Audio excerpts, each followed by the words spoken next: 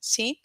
Y habíamos avanzado hasta una parte que era la unidad, a ver,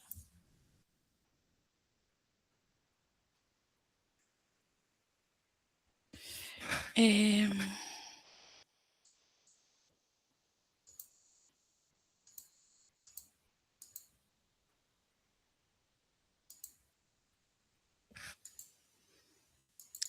¿me recuerdan la página en que habíamos quedado en la diapositiva?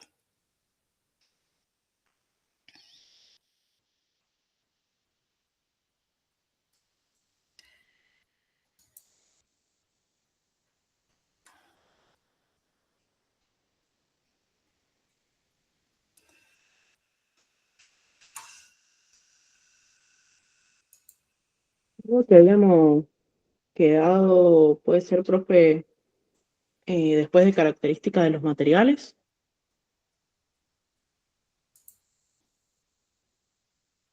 Ahí voy. Bueno,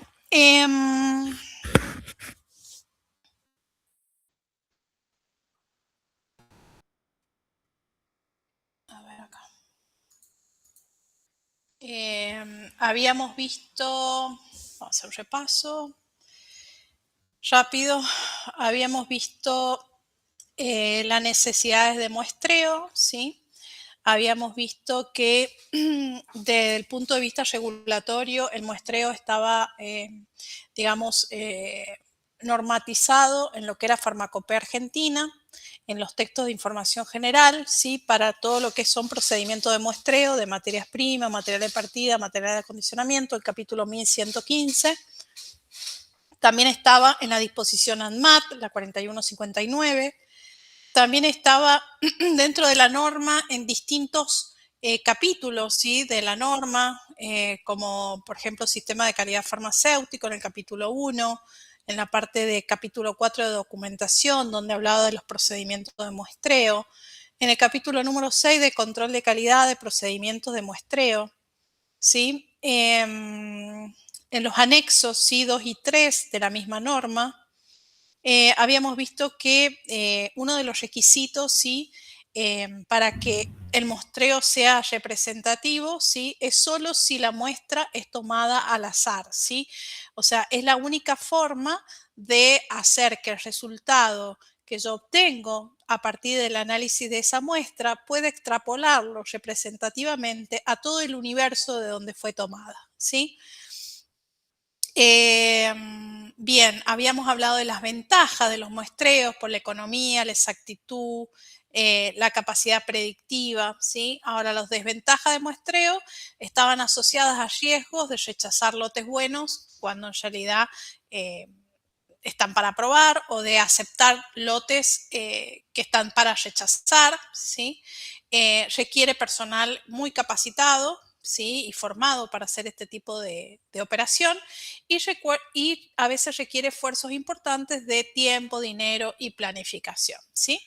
Habíamos hablado de los sesgos de muestreo, que habían distintos tipos de sesgos, ¿sí? Del muestreo, del operador, ¿sí? Habíamos hablado de qué se muestreaba y habíamos dicho que se muestreaba todo, materiales de partida, o sea, las materias primas, API, excipiente, de distintos orígenes, ¿sí? No importa cuál sea el origen o el estado, líquido, sólido, semisólido, se tenían que muestrear. Los productos intermedios, los productos semielaborados o graneles, ¿sí? Que son los productos intermedios, antes de acondicionar o graneles ya acondicionados en envase primario. Y por último, los productos farmacéuticos terminados, ¿sí? Estos eran productos, ¿sí? Que se podían muestrear, ¿sí? Para poderse analizar cómo pide la norma en el producto terminado. También se muestran los materiales de empaque, ya sea primarios, secundarios, ¿sí? O sea, que están en contacto directo con el producto o no, ¿sí? Acá tenemos la mayoría, son todos primarios, que están en contacto directo con el producto, ¿sí? Los envases, por ejemplo, las ampollas de vidrio, láminas de PVC, de aluminio, ¿sí? Para formar los blisters, los frascos de vidrio, de PET, ¿sí? Los frascos de PET son estos frascos de plástico color transparente, ¿sí? Y los PET, ¿sí? Que son los polietilenos poliestireno de alta densidad, son estos que son generalmente opacos, ¿sí? O de algún color, ¿sí? Bien, potes para las pomadas, las cremas, ¿sí? Folias de aluminio para hacer los sobres, ¿sí? Acá tenemos tubos de aluminio, que son los que se rellenan para las pomadas o las cremas o los ungüentos, ¿sí? Y también se podían muestrear productos que han sido devueltos, ¿sí? Por distintos laboratorios o empresas que uno envía el producto, o productos que tienen reclamos también se pueden llegar a muestrear. Y por último, también se podían llegar a muestrear materiales, ¿sí? Por ejemplo, materiales se refiere a materias primas o materiales de empaque, ¿no? Para posibles futuras compras, ¿sí? O sea, por ejemplo, yo, un proveedor de material de empaque, no sé, de aluminio, de folias de aluminio o de folias de PVC, me ofrece sus productos, entonces le digo, bueno, podés mandarme un par de bobinas para yo poderlas probar en línea. Entonces, bueno, ellos me mandan las bobinas, yo muestreo esas bobinas previo a ingresarlas a la línea, las analizo para ver si cumplen los requisitos de calidad que la compañía tiene y en caso de cumplir, se autorizan las pruebas en línea, ¿sí? Pero son pruebas que no se usan en un lote productivo, o sea, se usan en un lote placebo, ¿sí? Con comprimidos que no son, o a veces se hacen blisteados con blister sin agregarles el comprimido. La idea es ver cómo funciona el material, cómo se comporta, cómo es el rendimiento, cómo es la hermeticidad, por ejemplo, en el caso de blister, ¿sí? O sea, hago las pruebas de esos materiales de empaque, como puede ser folias de PVC, de aluminio, pueden ser envases, ¿sí? Pueden ser envases de plástico, envases de aluminio, pueden ser cualquier tipo de material, incluyendo estuches también, ¿sí? O sea, muchas veces yo tengo que probar si los estuches van a funcionar bien, se van a armar bien, se van a poder acondicionar bien en las máquinas, por ejemplo, automáticas, ¿sí? ¿Por qué? Porque los estuches son de material vivo, ¿sí? Son hechas de cartón. Cartón viene de plantas, ¿sí? Se hace con celulosas derivadas de plantas. Y aunque ustedes no lo crean, los estuches, por más que sea un cartón, se considera que es un material vivo. ¿Por qué? Porque va a depender, no sé, de la dureza de la corteza de los árboles que fueron talados para hacer ese papel, ese cartón. Va a depender de, no sé, de la estación, la estación, digamos, si primavera, verano, cuando se cortaron esas maderas. Va a depender también del origen. Hay algunos cartones o papeles que se hacen, no sé, con eucaliptos de Europa, de Asia. Hay otros que se hacen no es lo mismo con los eucaliptos que se hacen o los pinos de Estados Unidos, ¿sí? O sea, depende muchísimo, o de Brasil, ¿no? Depende muchísimo de qué tipo de material, o sea, del material de partida, ¿sí? Que se utiliza, ¿sí? Así que bueno, por eso es que muchas veces lo tenemos que probar en las máquinas, ¿sí? Para saber si funciona bien o no, ¿sí? Bueno, después, ¿qué más vimos?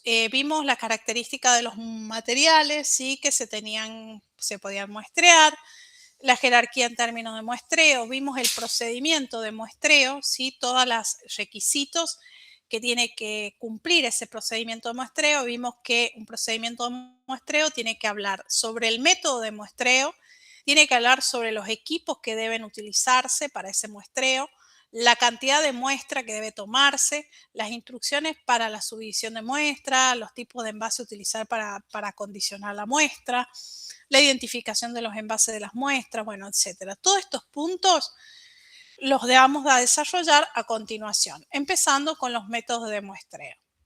Habíamos visto que los muestreos podían ser aleatorios o probabilísticos o no aleatorios, no probabilísticos. Para nosotros, los métodos de muestreo aleatorios o probabilísticos son los mejores, ¿sí?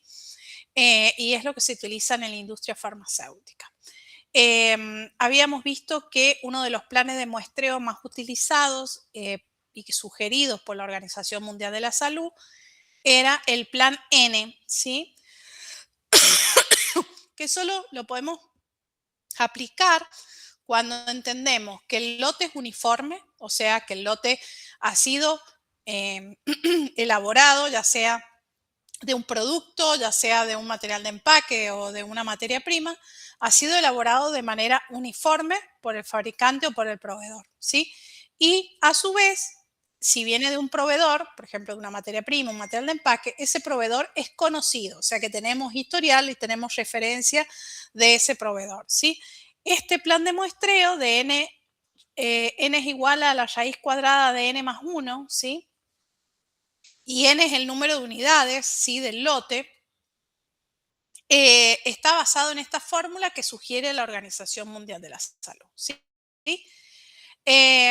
Después está el plan P, que es 0,4 por la raíz cuadrada de n, pero esto se aplica, ¿sí? Eh, para materiales uniformes que también son provistos por un proveedor conocido, ¿sí? Y está solo indicado, ¿sí? Para el procesamiento tras una identificación, ¿sí? O sea, acá sí o sí tiene que estar identificado previamente para poderlo aplicar. De estos dos métodos, el N y el P, el que más se utiliza es el N, ¿sí? O sea, raíz cuadrada de N más 1.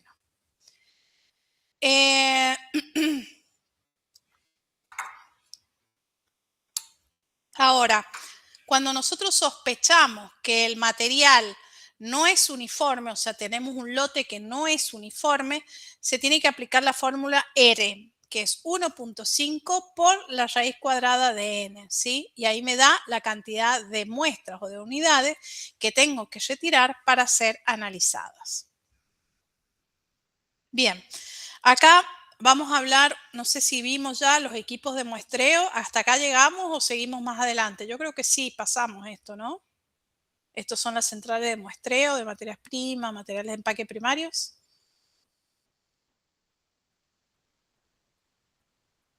Chicos, ¿están o les dejo la presentación y ustedes la ven como solos? Porque a mí, le digo la verdad, me da lo mismo. Hablar sola o sea, para hablar sola y no tener interacción, me da lo mismo, ¿eh? O sea, les dejo la presentación, la leen, la ven y después yo les tomo los problemas, no hay ningún problema. Profe, yo no recuerdo puntualmente si lo habíamos pasado o habíamos quedado por acá. Pero hay 20 acá en la llamada, chicos. Uno no se puede acordar, pero los otros 19.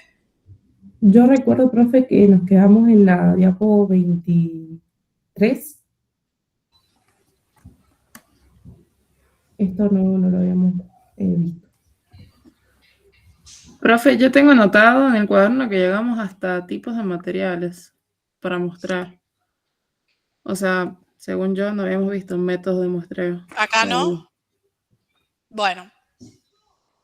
Bueno, estos son los métodos de muestreo. Después vamos a ver uno que es más importante, ¿sí? Que es el muestreo a través de la norma ISO 28599, ¿sí? Después lo vamos a ver, que es un muestreo especial.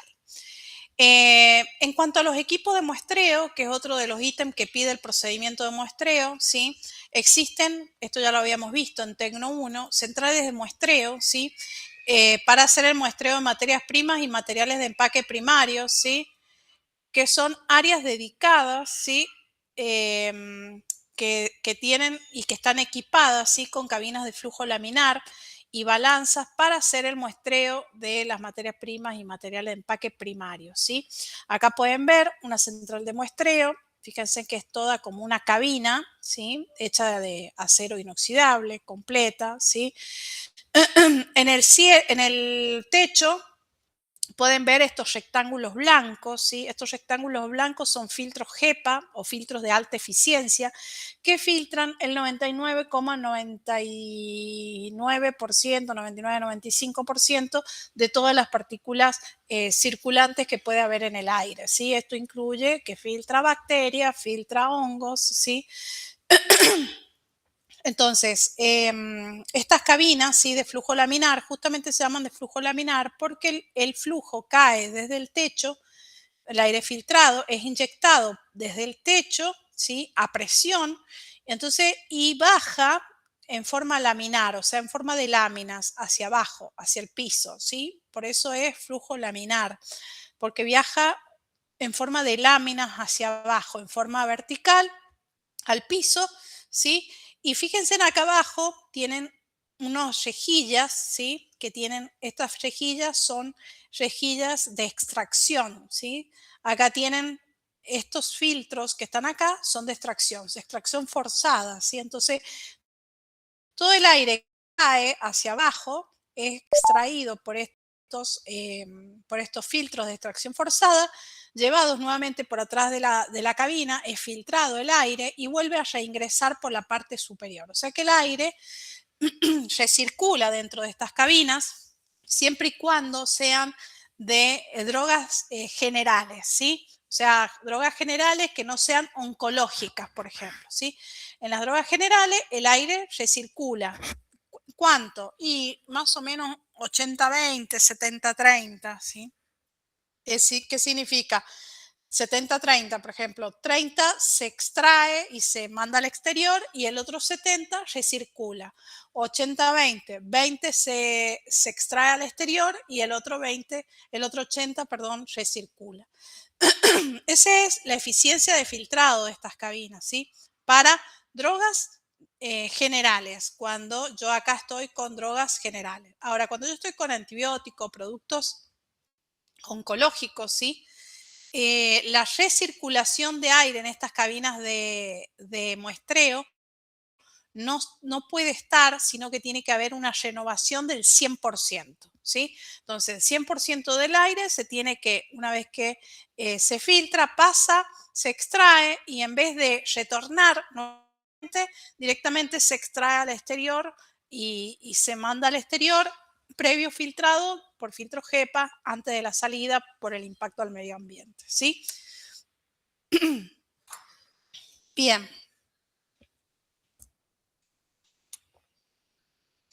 ¿Qué más? Perdón, les iba a decir. Acá, en las cabinas de flujo laminar, ¿sí? Pueden ver que hay mesas de trabajo, ¿sí? En donde están arriba de las mesas, que son mesas antivibratorias, ¿sí? Están ubicadas las balanzas, ¿sí? Acá hay una balanza, acá hay otra balanza, ¿sí? Acá hay otra balanza, ¿sí? Son mesadas antivibratorias y encima están las balanzas. Estas balanzas, ¿para qué se utilizan? Para justamente pesar las muestras cuando se retiran, ¿sí? De los cuñetes de materias primas.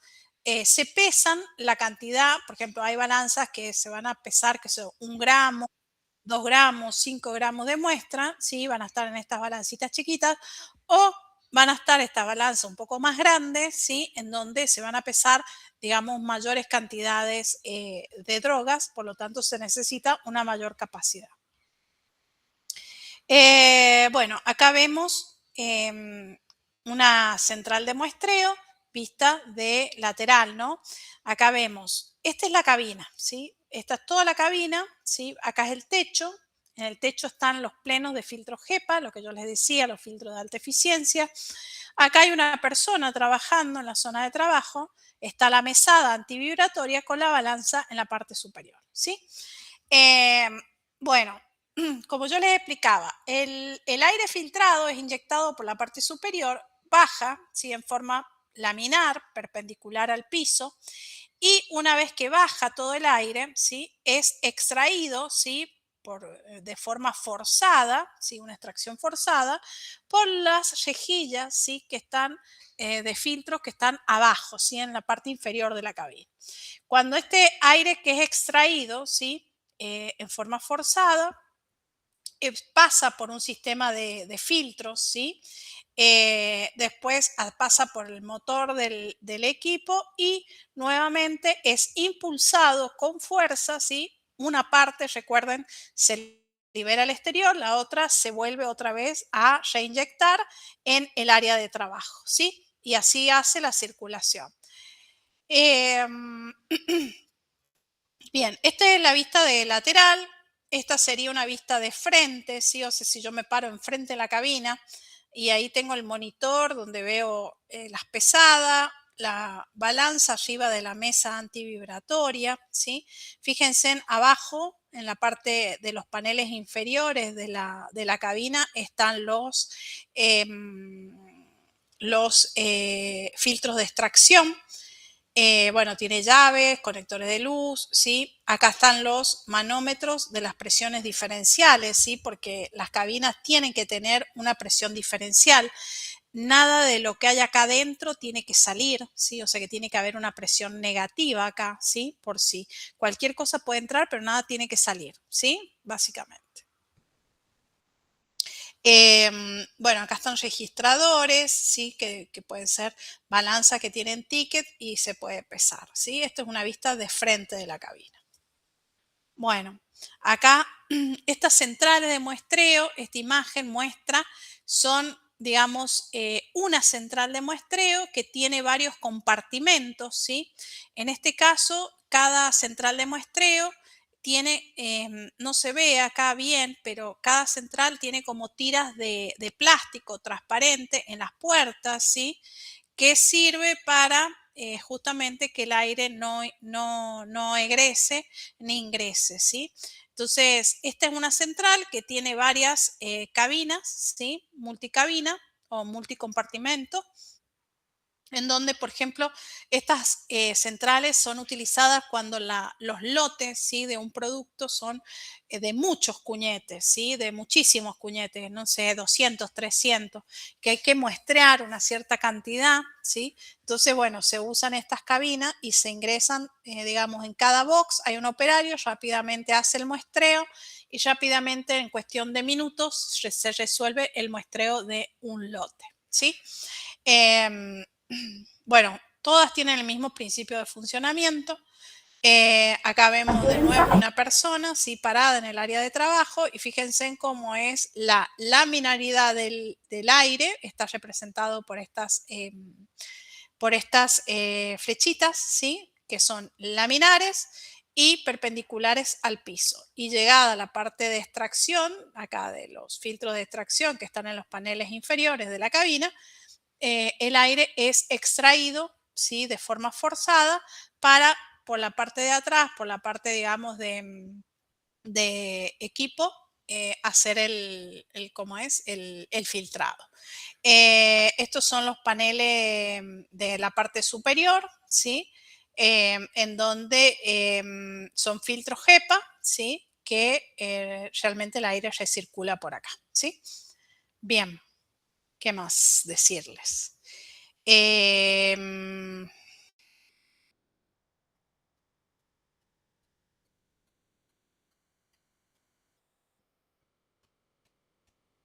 Acá tenemos un muestreo, ¿sí? O sea, dos formas, un muestreo correcto. La persona tiene que estar correctamente parada, ¿sí? Dejando expuesto o pesando, fraccionando dentro del flujo laminar de aire, ¿sí? No puede interponer el cuerpo, ¿sí? Con la laminaridad del aire, porque ahí lo que hace es dejar espacios muertos donde no hay circulación de aire y pueden caer partículas, ¿sí? Dentro de los productos que están siendo fraccionados o muestreados, ¿sí? Bien, en este caso, ¿sí? Vemos distintos dispositivos, ¿sí? Para llevar a cabo el muestreo, ¿sí? Que son los muestreadores, o sea, son los instrumentos, son las herramientas que se requieren para tomar las muestras de los distintos cuñetes o distintos bultos, ¿sí? Donde vienen las materias primas. Las materias primas, los semielaborados, ¿sí?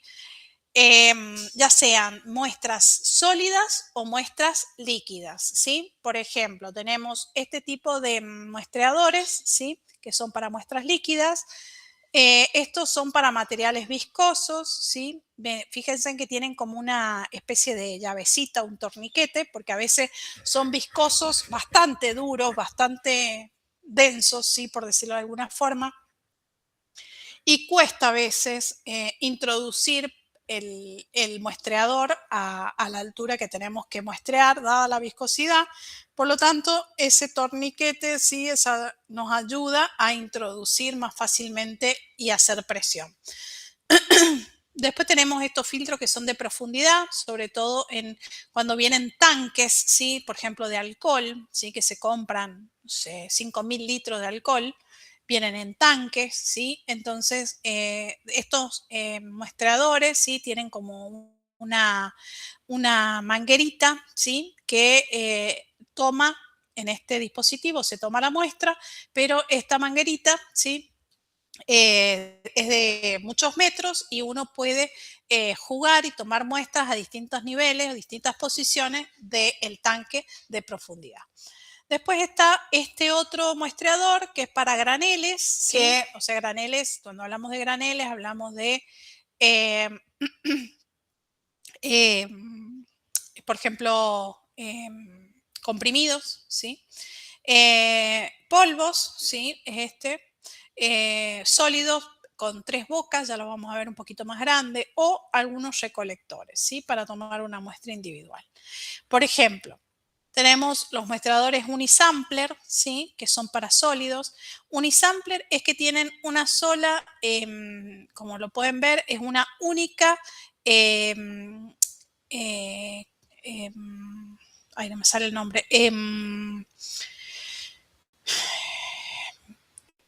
no es endija ni rendija, es una única cámara, ahí está, no me salía el nombre, es una única cámara, ¿sí? de muestreo, ¿sí? Esa cámara, el muestreador se introduce, ¿sí? A la altura que uno quiere muestrear, se mueve el robinete este que está acá y pasa esta cámara de estar cerrada a estar abierta. Se toma la muestra, o sea, se llena la cámara, se cierra el robinete este y la muestra se extrae, ¿sí? Y después esta muestra desde esta cámara es volcada a el contenedor o el frasco, ¿sí? Que va a ser trasladada al laboratorio para su análisis.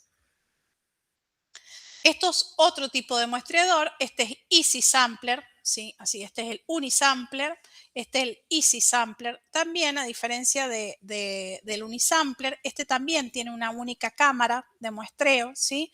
Pero la diferencia, por eso se llama Easy, es que este, ¿sí? Permite abrir, ¿sí? La punta del muestreador, ¿sí? Para volcar más fácilmente la muestra al recipiente de muestreo, ¿sí? A diferencia de este, que desde esta cámara yo tengo que volcar el contenido de esta cámara al recipiente contenedor de muestras, ¿sí? Esto se dificulta y generalmente, digamos, puedo tener pérdida de principio activo cuando hago el trasvasado, ¿sí? En cambio con los Easy Sampler, también tienen una única cámara, pero son mucho más prácticos a la hora de el volcado de las muestras, ¿sí? Como pueden ver, son todos muestreadores de acero inoxidable, ¿sí? ¿Por qué? Porque tienen que ser rápidamente lavables, ¿sí? Con un procedimiento de limpieza y también desinfectados.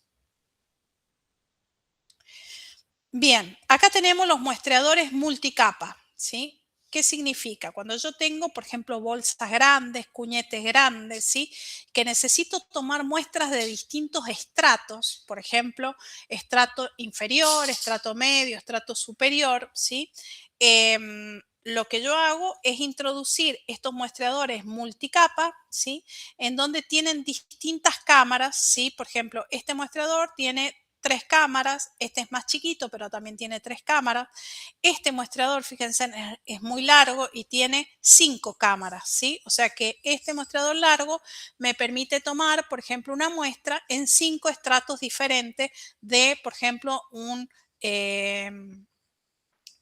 cuñete grande o un tanque grande, ¿sí? Y estos un poco más prácticos, más pequeños, ¿sí? Acá ven el procedimiento de muestreo, ¿sí? Acá están muestreando una bolsa en donde están introduciendo el muestreador multicapa y en este caso lo que va a hacer es un muestreo horizontal tomando de las distintas capas de la bolsa que serían como si yo tuviese parada la bolsa en la parte superior, media e inferior, ¿sí? Acá pueden ver que cada una de las cámaras, ¿sí? Tiene la cantidad de muestra de acuerdo a las cámaras, ¿sí? que se han tomado, ¿sí? Estos sólidos, ¿no? Siempre para sólidos. Ahora vienen los muestreadores para líquidos, ¿sí? También tenemos muestreadores que son, estos por ejemplo traen como un tipo bombita, jeringa, ¿sí? En la parte superior, que es por aspiración, ¿sí? Por extracción, ¿sí? Se carga la muestra en el tubo del muestreador y luego ese es volcado a los frascos contenedores. Tenemos este tipo de como de cucharón, ¿sí? Forma rara, pero es como un tipo cucharón, que es para tomar una muestra, digamos, sobre todo de superficie. Esto es un muestrador al vacío, ¿sí? Que se utiliza generalmente de los cuñetes o los bines de jarabes, ¿sí? Se conectan y se toma muestra de los jarabes, ¿sí? Para hacer, o de las soluciones o de las suspensiones, para hacer el análisis físico-químico. Y digamos, de los muestreadores, ¿sí? Todos son volcados a frascos contenedores que puedan albergar las sustancias líquidas. Después tenemos otros elementos de muestreo, como las cucharas, también se utilizan para hacer muestreos, ¿sí? Se llaman pharma spoon. Cucharas que tienen esta forma, ¿sí? A veces están arqueadas, que permite mejor la toma de una muestra.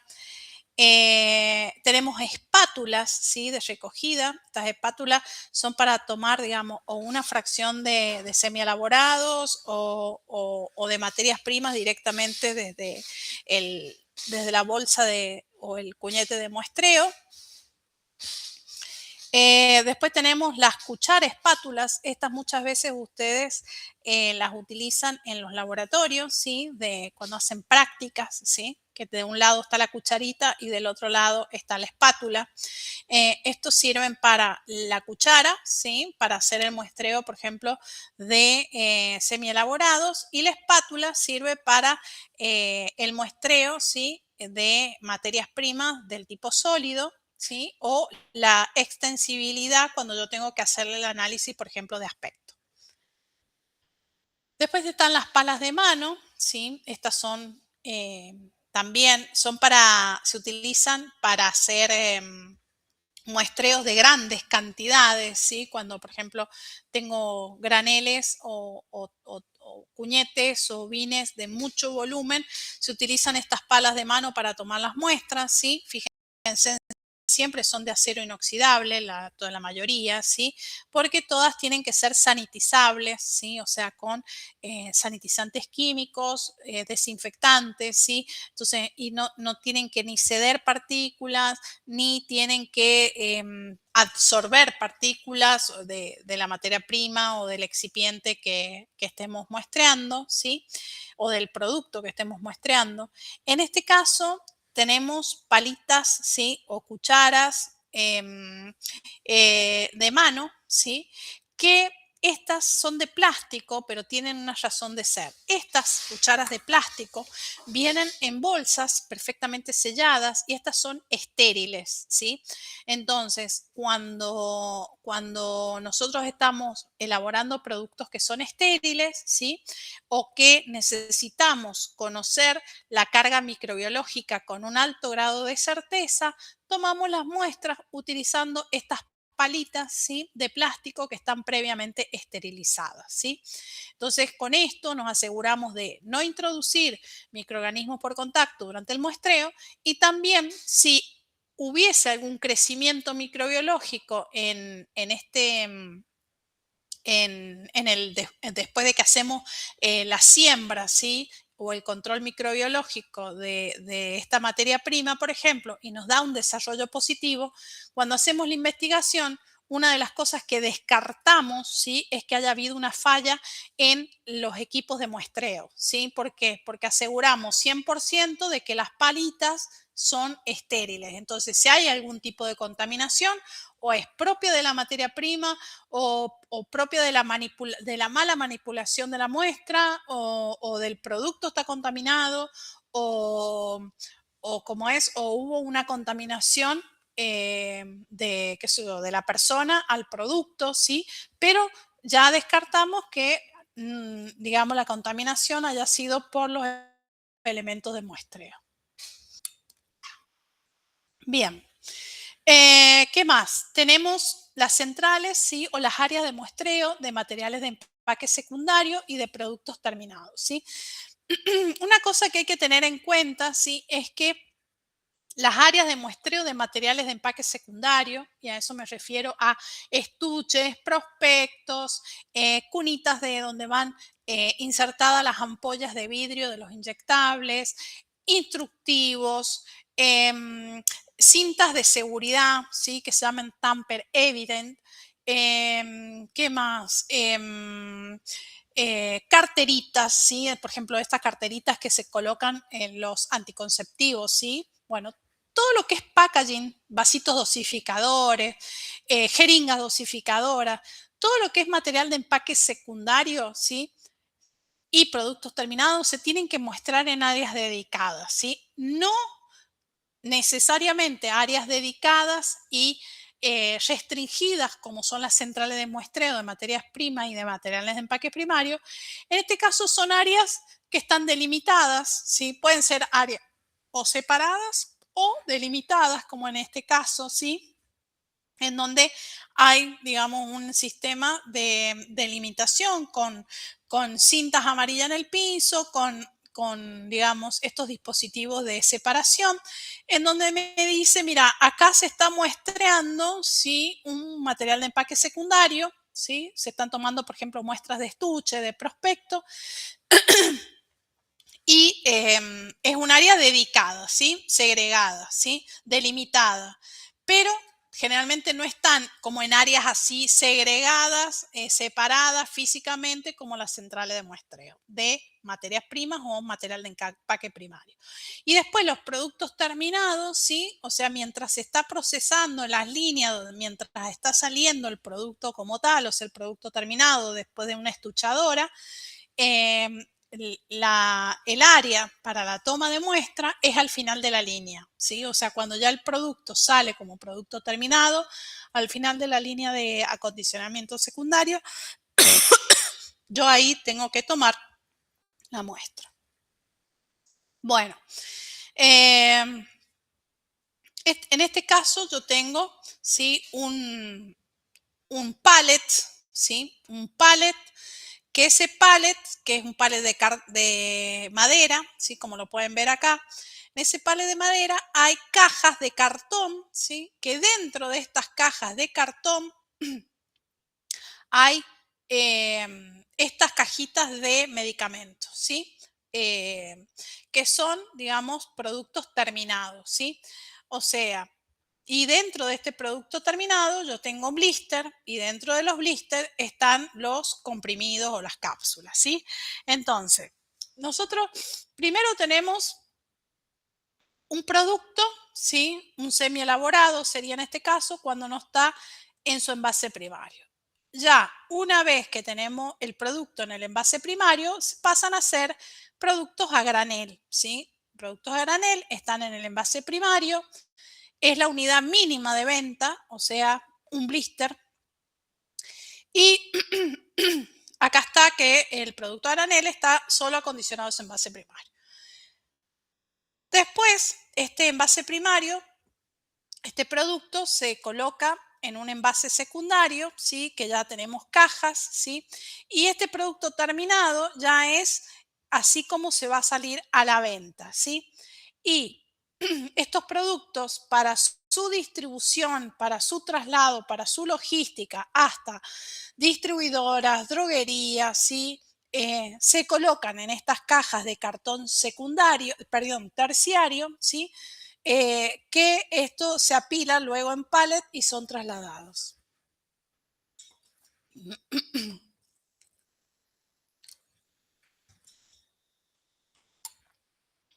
Bueno, ¿qué se debe detectar en un muestreo? Bueno, en un muestreo tengo que detectar todas aquellas cosas que no están bien en una muestra, ¿sí? O en un producto que yo he muestreado. Por ejemplo, si yo tengo una materia prima, yo tengo que muestrear esa materia prima y tengo que ver que primero el material sea uniforme, que no tenga partículas extrañas, que todo tenga un color uniforme, que, por ejemplo, no tenga rastros, por ejemplo, que no tenga grumos, en el caso de una materia prima, que no tenga grumos, porque significa que posiblemente haya estado sometida a humedad, que no tenga, por ejemplo, contaminación microbiológica, o sea, que no tenga presencia de hongos, de moho, ¿sí? O que no tenga, por ejemplo, insectos, bolsas de sílica. Bueno, yo muchos años fui jefa de la parte de muestreo, ¿sí? De materias primas en la empresa y de materiales de empaque también. Y tengo miles de historias para contar. Voy a contar por ahí una o dos, nada más las más locas y representativas de esto, porque es importante el muestreo. Una vez llegó un camión con una carga muy importante de glucosamina, ¿sí? Glucosamina es un medicamento que se utiliza como un tipo azúcar, ¿sí? Que sirve como reconstituyente de cartílagos, ¿sí? Bueno, llegó una carga, un camión completo, ¿sí? Porque vienen muchísimos kilos de ese producto, llegó a la empresa, entonces me llaman de almacén y me dicen, mira, ha llegado un camión lleno de glucosamina, pero lo hemos abierto y no lo hemos querido bajar porque vemos que las cajas o los cuñetes no están en buen estado. ¿Vos podés venir a verlo? Sí, como no.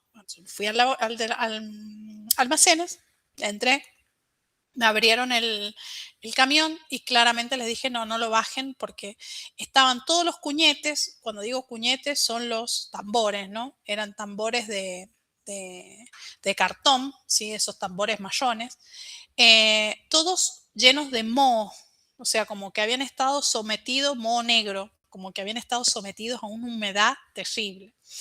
Entonces, así como llegó el camión, se fue, ni se abrió, ni se metió, o sea, quedó siempre en las áreas de ingreso, ¿no? Hay unos racks previos, ¿sí? O sea, hay como unas áreas de recepción que no están ni siquiera en contacto con el depósito, ¿no? O sea, es como una área de recepción y después está el depósito. Bueno, ni siquiera se bajaron al área de recepción, así que no hubo ningún riesgo. Bueno, resulta ser de que el barco, porque venía no me acuerdo si venía de la India o venía de la India o venía no sé si de la India o de Asia, no sé, no sé dónde venía de allá, de Europa Oriental. El barco que traía esas drogas había sufrido un evento climático, ¿sí? Los había agarrado una tormenta muy grande en el mar y les había llovido muchísimo. El tema es que les había entrado agua a las bodegas, ¿sí? Entonces, esa había sido la causa del por qué las drogas habían llegado todas llenas de moho. O sea, entró agua a las bodegas, que claramente los viajes son de varios días, seguramente después paró la lluvia, con el calor, las máquinas, los motores funcionando, se armó una contaminación de hongos ahí y todos los envases quedaron recubiertos de ese hongo negro, ¿sí? Que es como un aspergillus, ¿sí? Y bueno, claramente se devolvieron, se rechazaron, no se aceptó. Lo cubrió el seguro, porque esas cargas vienen con seguro, pero bueno, ese es un ejemplo, ¿no? De cosas que se detectan en el muestreo, ¿sí? Esto es muy alevoso, ni siquiera se bajó al almacén y se pasó a las áreas, a las centrales de muestreo. Pero les digo, son cosas que visualmente uno ya puede identificar y puede ver. Otro ejemplo fue me acuerdo que era un paracetamol que venía de China. Sí, de China venía. No, de la India. Sí, no, de China. Un paracetamol. Venía una cucarachita entre medio de las dos bolsas, ¿sí? Generalmente todas las materias primas vienen en doble bolsa. Bueno, la cucarachita estaba entre medio de las dos bolsas y todas las drogas, ¿sí? Vienen en doble bolsa con un precinto de origen, ¿sí?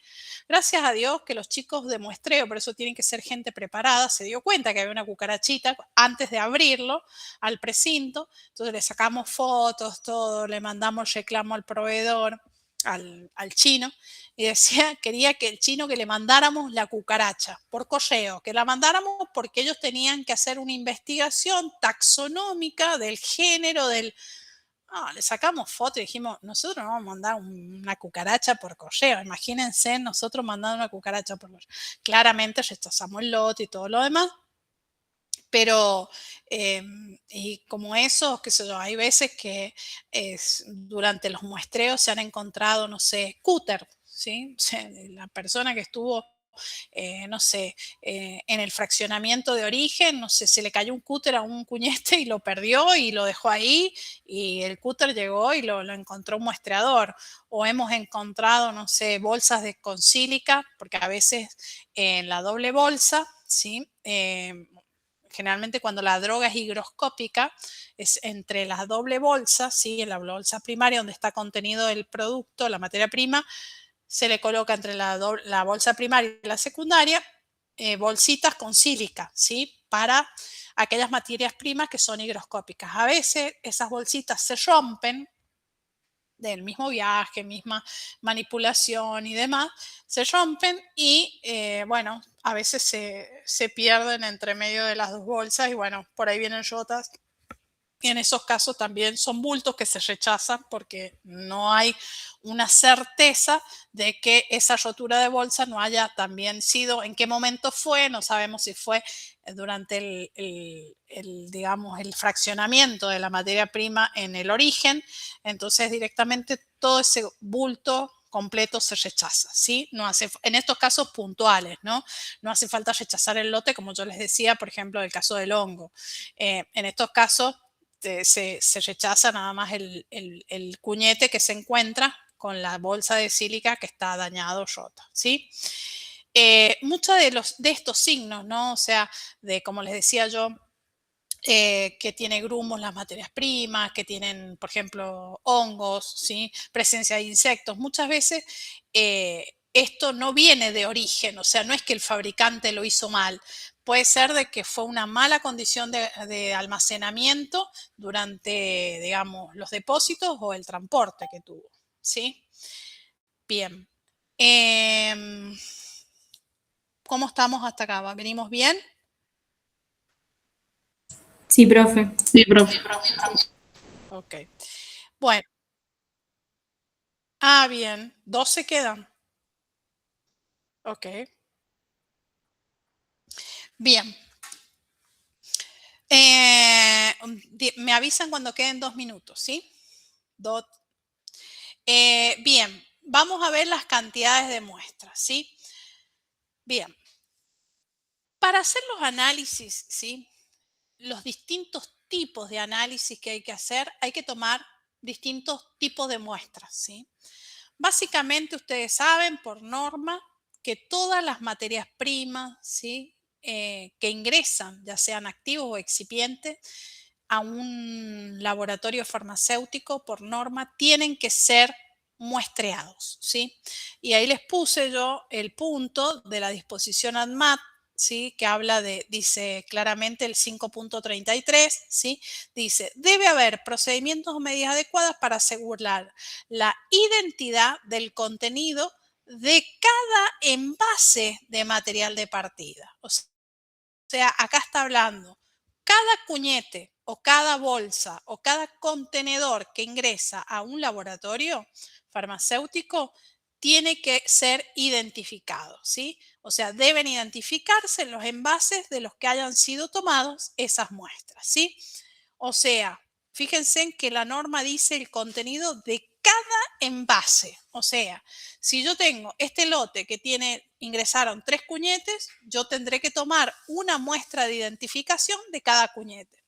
Acá entraron, no sé, 20 cuñetes, tengo que tomar una muestra de identificación de cada uno de estos cuñetes, ¿sí? Acá, fíjense, no sé, entraron 150 bolsas. Bueno, tengo que tomar la muestra identificatoria de las 150 bolsas. Acá entraron, no sé, 2 cuñetes, 3 cuñetes. Bueno, tengo que tomar de los 3 cuñetes la muestra identificatoria, ¿sí? Bien. Nosotros para tomar la muestra de identificación tenemos 2 formas de hacerlo, ¿sí? Es haciendo un muestreo individual por cada bulto o cada cuñete recibido, o sea, extrayendo una pequeña porción de las muestras para hacer la identificación después en el laboratorio, o bien, ¿sí? Puede utilizar tecnología Raman, ¿sí? O tecnología NIR, que es el infrarrojo cercano, ¿sí? Que es espectrofotometría infrarroja, en donde puedo hacer la identificación in situ de cada bulto, cada cuñete, sin necesidad de extraer muestra, ¿sí? Entonces, en este caso, tengo los bultos o cuñetes, ¿sí? Que yo, fíjense, acá hay una persona, tiene en este caso un Raman, ¿sí? En donde está haciendo la identificación de este bulto, ¿sí? De esta bolsa, con tecnología Raman o un NIR también puede ser, ¿sí? Entonces, directamente, no hay necesidad ni siquiera de abrir las bolsas, abrir los cuñetes, directamente uno hace incidir el equipo, ¿sí? Sobre la superficie del bulto o cuñete que uno quiere identificar, y el equipo lo identifica, ¿sí? Claramente, este equipo tiene que tener como una galería cargada previamente de los estándares, ¿sí? O sea, por ejemplo, lactosa, paracetamol, almidón, ¿sí? Valsartán, o sea, todas las drogas. Entonces, cuando yo le digo, bueno, leamos esto, ¿sí? Que esto tiene que ser, por ejemplo, lactosa, ¿sí? Entonces mide y él busca en su galería los espectros de lactosa que yo cargué con un estándar, ¿sí? Entonces él hace un match y me dice, bueno, con un 98% de certeza esto es lactosa. Bien, como método rápido de identificación, estoy ante la presencia de lactosa, ¿sí? Ahora, después hay un montón de lactosas, ¿sí? Está la lactosa anhidra, la lactosa sola, ¿sí? Entonces, bueno, ahí tendré que ser más preciso y buscar o el estándar que corresponda, o después con métodos complementarios, como vimos al principio de identificación, que no solamente se exige un método de identificación, sino hay que tener más de uno, se identifican los productos, ¿sí? Bien. Esto es para el caso de muestras de identificación. Para el caso de análisis físico-químico, o sea, muestras de análisis físico-químico de semi-elaborados y productos terminados, ¿sí? Nosotros podemos decir, por ejemplo, para el caso de productos terminados, ¿sí? Se toman muestras del inicio, medio y fin del proceso en líneas de acondicionamiento secundario. Con eso uno hace como un pool, ¿sí? De muestras, inicio, medio y fin. Arma un pool, o sea, un pool sería una única muestra conformada por estos 3 estratos, ¿sí? Y después esa muestra unificada a través de pool la mando al laboratorio a analizar, ¿sí? Para hacer los análisis físico-químicos. Para semi-elaborados, ¿sí? O sea, por ejemplo, durante el proceso de compresión, los comprimidos que van saliendo durante la compresión, durante el encapsulado, durante el armado de óvulos, supositorios, ¿sí? O las bajadas de las pailas, ¿sí? De inicio, medio, fin. Se toman las muestras al inicio, al medio y al fin del proceso, ¿sí? O sea, al inicio de la compresión, a la mitad de la compresión, al fin de la compresión. Para graneles, ¿sí? En el caso, por ejemplo, de polvos, granulados, ¿sí? se pueden tomar muestras, ¿sí? Al inicio, medio y fin, también, por ejemplo, en el proceso de llenado de frascos, de fórmulas líquidas de uso oral, el llenado de ampollas o viales inyectables, blisteado, de comprimidos, etc. Para análisis microbiológico también, ¿sí? Se pueden tomar las muestras de la misma manera que las muestras físico-químicas. Para la muestra de inspección de materiales de empaque se tienen que armar muestras de pool, o sea, un pool de muestra, aplicando la guía 2859, ya sea la parte 1 o la parte 2, ya la vamos a ver en detalle esta guía, para inspección de materiales de empaque. Y para otro tipo de muestras, por ejemplo, hay algunas materias primas que llevan análisis especiales, como una identificación por difracción de rayos X, ¿sí? O impurezas elementales, que hay que tomar como una muestra de análisis especial para mandar al laboratorio para hacer análisis, o a veces a tercerizar, o sea que ni siquiera la hace el propio laboratorio. Por ejemplo, acá en Argentina creo que hay 2 o 3 lugares que tienen difractómetro de rayos X, ¿sí? Por ejemplo, una es la UBA, la Universidad de Buenos Aires, porque hace investigaciones, ¿sí? Con el difractor de rayos X. El otro es la CENEA, ¿sí? Que es como la Comisión Nacional de Energía Atómica, ¿sí? Esa también es un organismo que también presta servicios a terceros, o sea, como tercero, y uno puede mandar a analizar la difracción de rayos X. Y creo que Córdoba, la Universidad de Córdoba, tiene otro más, pero hasta ahí, ¿no? O sea, hay muy poquitos difractómetros en Argentina. Nosotros, por ejemplo, en la empresa no tenemos difractómetro y mandamos a tercerizar a la CENEA, ¿sí? A la Comisión Nacional de Energía Atómica. Bueno, y este ensayo de difracción por rayos X es un ensayo de identificación que se hace a las materias primas, sobre todo aquellas que tienen polimorfos, ¿sí? Bueno, y por ejemplo, impurezas elementales, sí, que tienen que ver, son metales, sí, como el plomo, el selenio, sí, el cadmio, el mercurio, ¿sí? Son impurezas elementales, ¿sí? Que tienen que estar dentro de los límites permitidos a esas muestras, y también deben analizarse, y se necesita, por ejemplo, para analizar este tipo de analitos, equipos, ¿sí? De masa, ¿sí? Espectrómetros de masa, ¿sí? De GC masa, ¿sí? Y espectrómetros de masa. Y que a veces no se tienen, no se disponen, pues son equipos carísimos, y también se pueden tercerizar, por ejemplo, en laboratorios terceristas, ¿sí? Bien, hasta acá son las muestras, ¿sí? Sí. Ujú.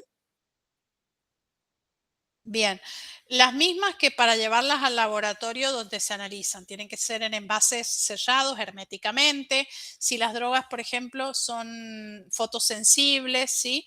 Se deben colocar en políster que tengan un color, digamos, inactínico, o sea, que ayude a que no se degraden, ¿sí? Por acción de la luz. Tienen que estar a su vez más allá del envase sellado, se tiene que colocar en doble bolsa, ¿sí? Precintada. Las muestras en el envase tienen que estar rotuladas, tiene que llevar una identificación adicional, ¿sí? Las bolsas, la doble bolsa, y siempre tienen que ir con el protocolo de análisis, o sea, uno cuando manda al tercero tiene que decirle qué muestras, ¿sí? De análisis necesita, o qué ensayos necesita que le realicen a esa muestra de materia prima, ¿sí?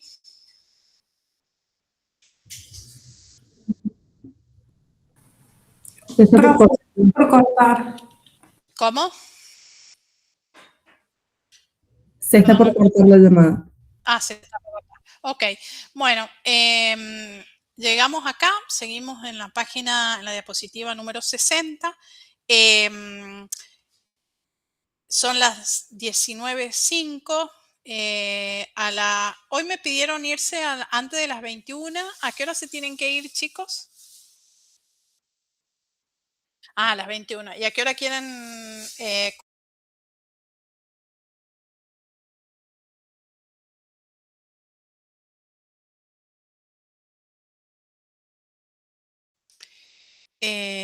Bien. Les comparto de nuevo pantalla.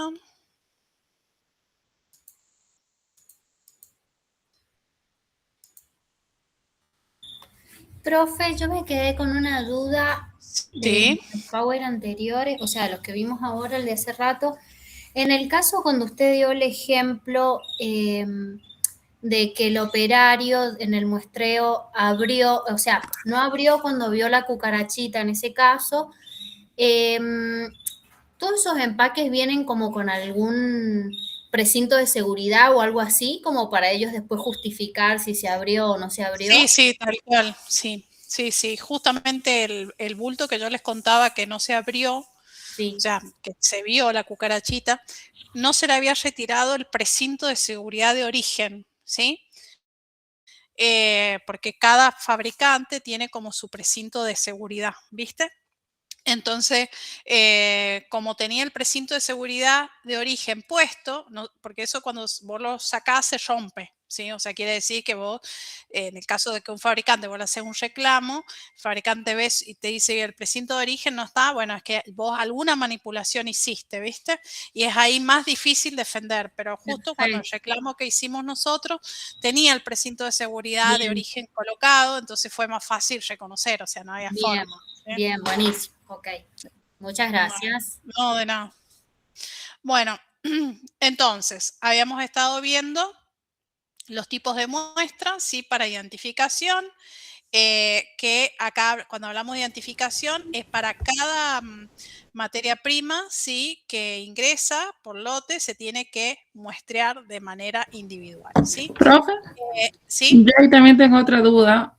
Por ejemplo, cuando la materia prima ingresa, se muestrea y después antes de usar se vuelve a muestrear o basta solo con eso? Basta solamente con muestrear al inicio, ¿sí? Lo que sí se exige, que también es normativo, que las materias primas cada cierto tiempo, ¿sí? Dice que se tienen que reanalizar del periodo de vida útil, ¿sí? Así lo dice la norma, no da mucho detalle, ¿sí? Entonces, bueno, uno tiene que determinar la frecuencia por gestión de riesgo, tiene que determinar la frecuencia con que la tiene que reanalizar, ¿sí? Por ejemplo, uno tiene que ver, por ejemplo, el origen de las drogas. No es lo mismo una droga de origen sintético que una droga de origen biológico, ¿sí? Tiene más riesgo una droga de origen biológico. Tiene que ver, por ejemplo, si las características del principio activo o de la materia prima en sí. Por ejemplo, si es higroscópica, si es termosensible, ¿sí? Si es oxidable, ¿sí? Entonces, digamos, van a tener mayor o menor riesgo dependiendo de las características propias de la materia prima. Tiene que tener en cuenta. Por ejemplo, las dosis en las que son utilizadas o la forma farmacéutica, no es lo mismo que se utilicen en drogas en forma farmacéutica sólida o la naturaleza sea sólida, sea líquida, ¿sí? Entonces se hace un análisis de riesgo en donde se verifican todas estas variables, cómo influyen en ese riesgo que tienen y se determina en base a todo un análisis de factor y de riesgo más probable y demás, cada cuánto se tiene que muestrear. Por ejemplo, puede ser que determinen que una materia prima se tenga que remuestrear o reanalizar cada 12 meses, o sea, una vez por año, mientras dure, digamos, el periodo de vida útil. Algunas materias primas tienen 2 años, otras tienen 3, otras tienen 4, otras tienen 5 años de periodo de vida útil, ¿sí? Cuando digo materias primas, pueden ser activos o pueden ser excipientes. Entonces, bueno, en la gestión de riesgo generalmente uno lo hace para los principios activos, ¿sí? no está mal hacerla para los excipientes, pero uno si tiene que priorizar, prioriza hacer la gestión de riesgo para determinar la frecuencia de reanálisis en activos. Y a lo mejor, como les digo, hay materias primas que se van a necesitar reanalizar cada 12 meses, otras cada 18 meses, o sea, cada 1 año y medio, o hay otras que se pueden reanalizar si el riesgo es muy bajo de que tengan degradación, si es una droga estable, si, digamos, hay historial de uso de la materia prima y no ha tenido desvíos en los reanálisis. Entonces, esa a lo mejor se puede reanalizar cada 2 años, ¿sí? Pero la norma es clara y dice que las materias primas, ¿sí?, tienen que ser reanalizadas dentro del periodo, al menos una vez dentro del periodo de vida útil. Eso es lo que dice, ¿sí? Entonces, bueno, hay que definir la frecuencia, ¿sí? Y la única forma es hacerla a través de la gestión de riesgo. Hay, por ejemplo, ese caso de materias primas, ¿sí? El producto no se reanaliza, el producto terminado se analiza por única vez y se dictamina y se libera al mercado, ¿está bien? ¿Dónde se reanaliza? Cuando ese producto, aparte de ese lote, se toman muestras y se someten a estudios de estabilidad para seguimiento, por ejemplo, del periodo de vida útil ongoing, ¿no? O sea, con estabilidades postproducción de ese producto como una forma de seguimiento de qué le está pasando a ese producto con nuevos lotes elaborados durante un año lectivo. Nada más, pero un producto terminado, así todos los lotes no se reanalizan, ¿sí? Bien, profe, gracias. Bueno, dejamos acá.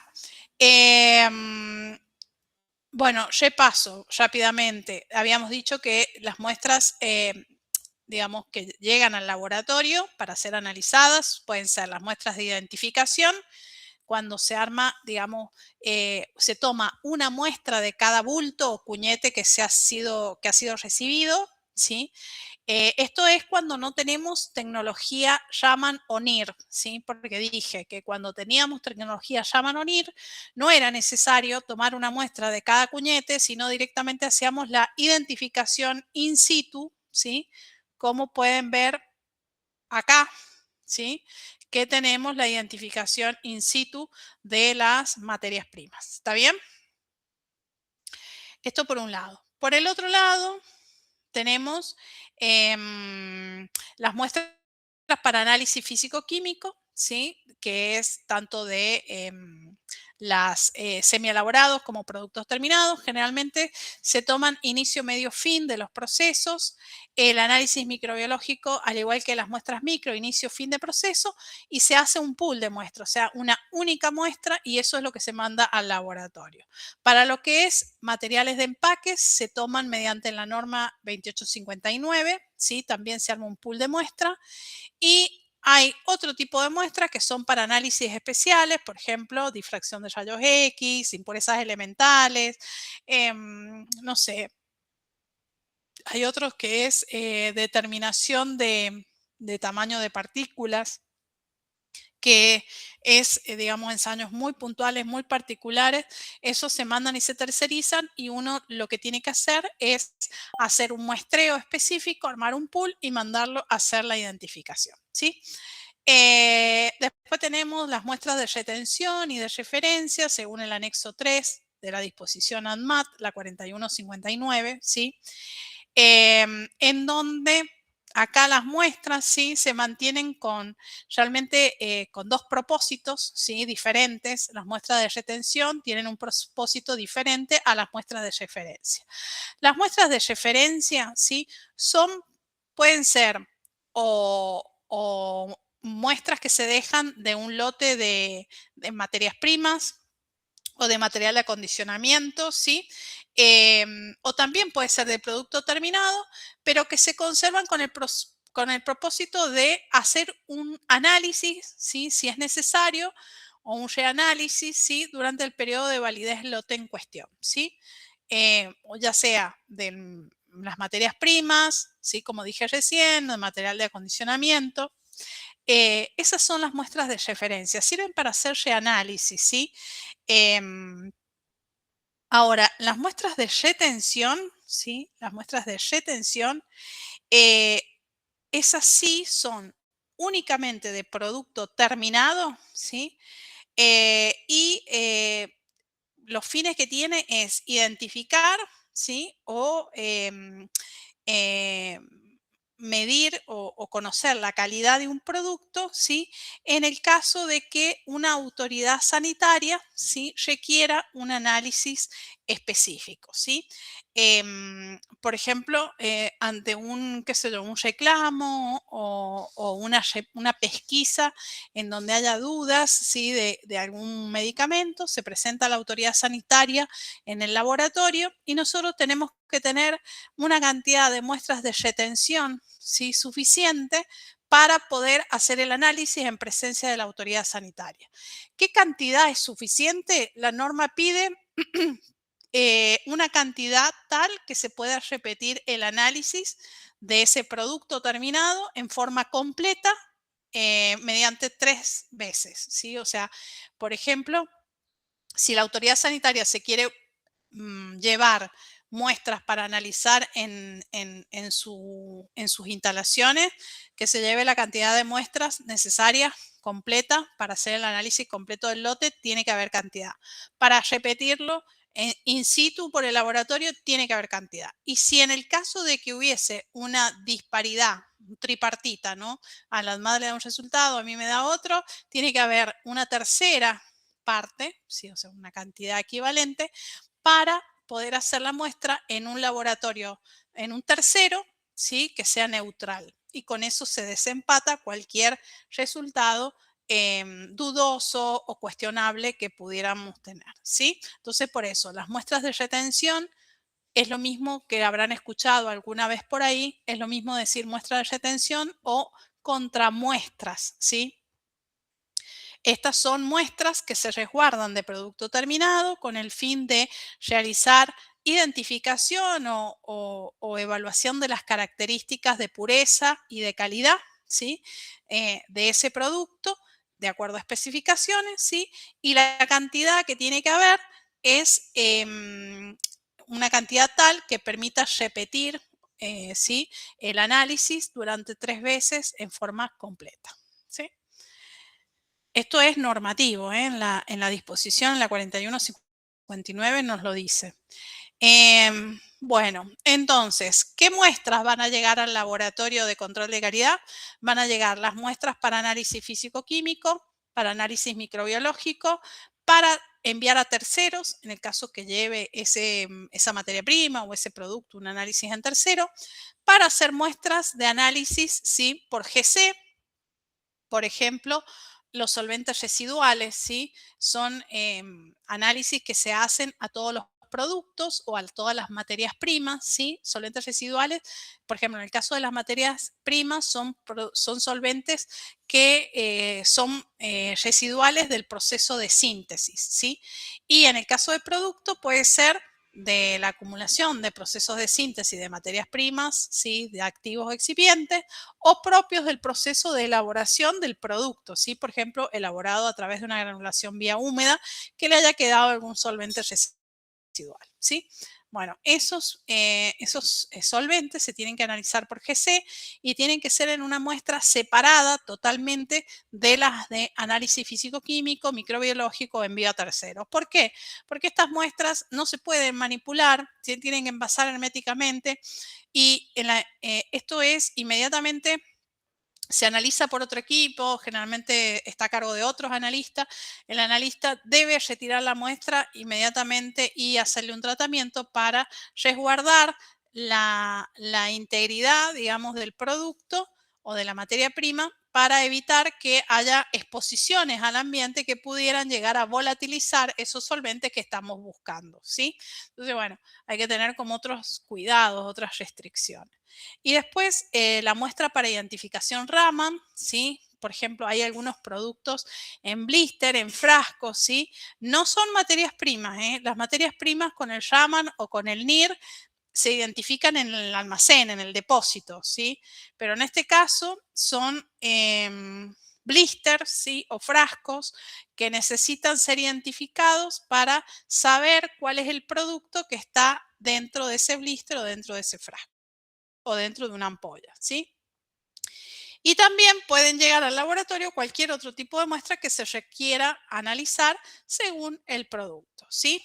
Bueno, acá está lo que les dije recién, la cantidad de muestras de referencia o contramuestras, ¿sí? Tiene que ser al menos una cantidad que permita repetir 3 veces los análisis, ¿sí? Ya sean físico-químico, micro, ¿sí? Todos los análisis que lleve repetidos por triplicado en forma completa, ¿sí? Básicamente eso. La identificación de las muestras, o sea, todas las muestras, todos los recipientes, ¿sí?, que contienen las muestras que son trasladadas al laboratorio, mínimamente tienen que tener el nombre del material muestreado, el código, ¿sí?, el código interno del producto, de la materia prima o del material de empaque, el número de lote, el número del recipiente, en el caso de materias primas, del cual se tomó la muestra, ¿sí?, o de los semielaborados también, en el caso del recipiente, número de cuñetes, ¿sí? Por ejemplo, si entra un lote de 20 cuñetes, se enumeran 1 de 20, 2 de 20, 3 de 20, ¿sí? O sea, se enumeran de esta manera. Entonces, cuando yo tomo muestra, identifico el número de recipiente, esta muestra es del 1 de 20, esta muestra es del 2 de 20, esta muestra es del 3 de 20 y así sucesivamente. ¿Por qué? Porque,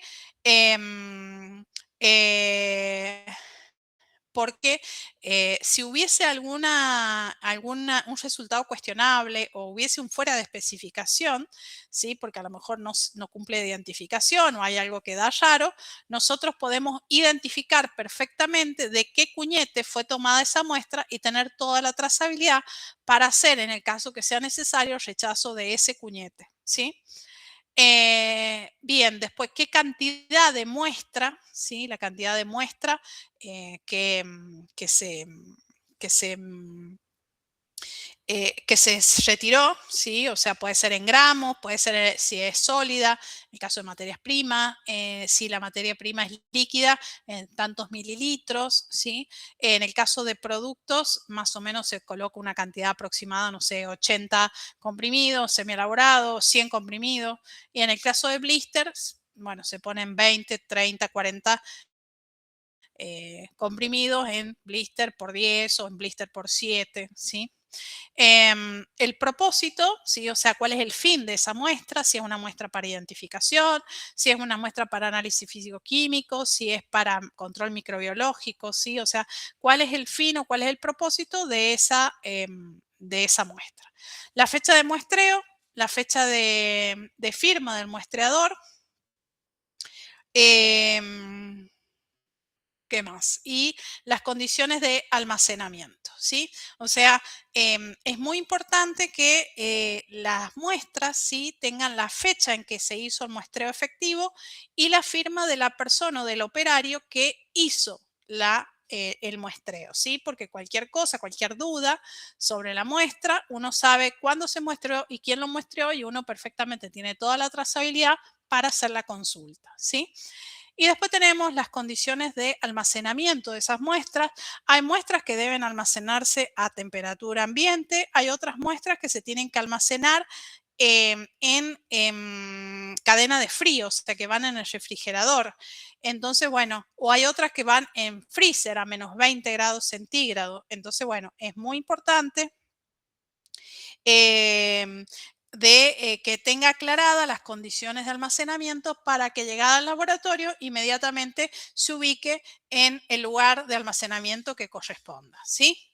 O en el mueble a temperatura ambiente controlada, o en un refrigerador o en un freezer.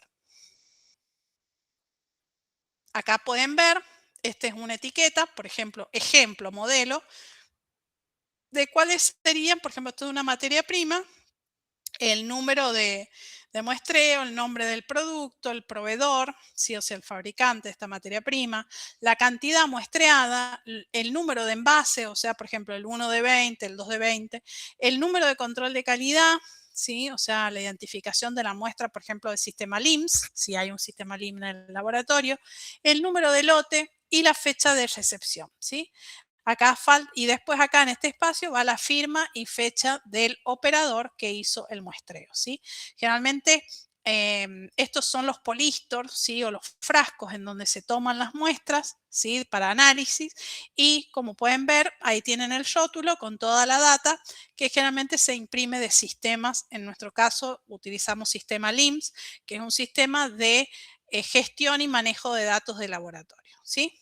Y muchas veces esta muestra es estéril, así que le ponen como una faja de seguridad a los muestreadores para decir esto es estéril y está tomado, digamos, desde el envase, ¿no? Una vez roto este precinto de seguridad de esterilidad, ya la muestra no sería más estéril, ¿no? Bien, ¿cómo son los envases para contener las muestras? ¿Sí? Bueno, tenemos varios envases dependiendo del tipo de muestra que vamos a resguardar, ¿sí? O acondicionar. Por ejemplo, para muestras sólidas o semisólidas se usan estos potes, ¿sí? Que son de PET, de polietileno de alta densidad. O los PETs, que son estos transparentes, ¿sí? Que son de otro material, que son, digamos, de plástico transparente.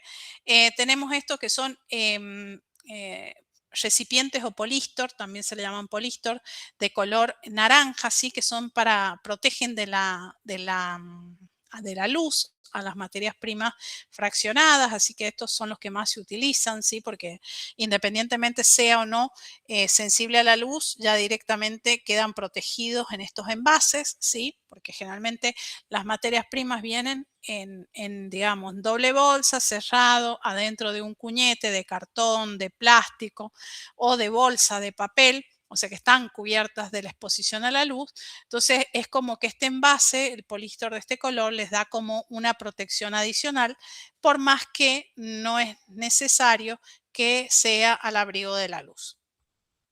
Bueno, después podemos tener envases de vidrio, ¿sí? Con tapas de acero, o podemos tener estos también envases de plástico, también de polietileno de alta densidad, de color opaco, ¿sí? De distintas medidas, de distintos tamaños, ¿sí? Para el tema de, esto es todo lo que es sólidos o semisólidos, ¿sí? Para cremas y demás.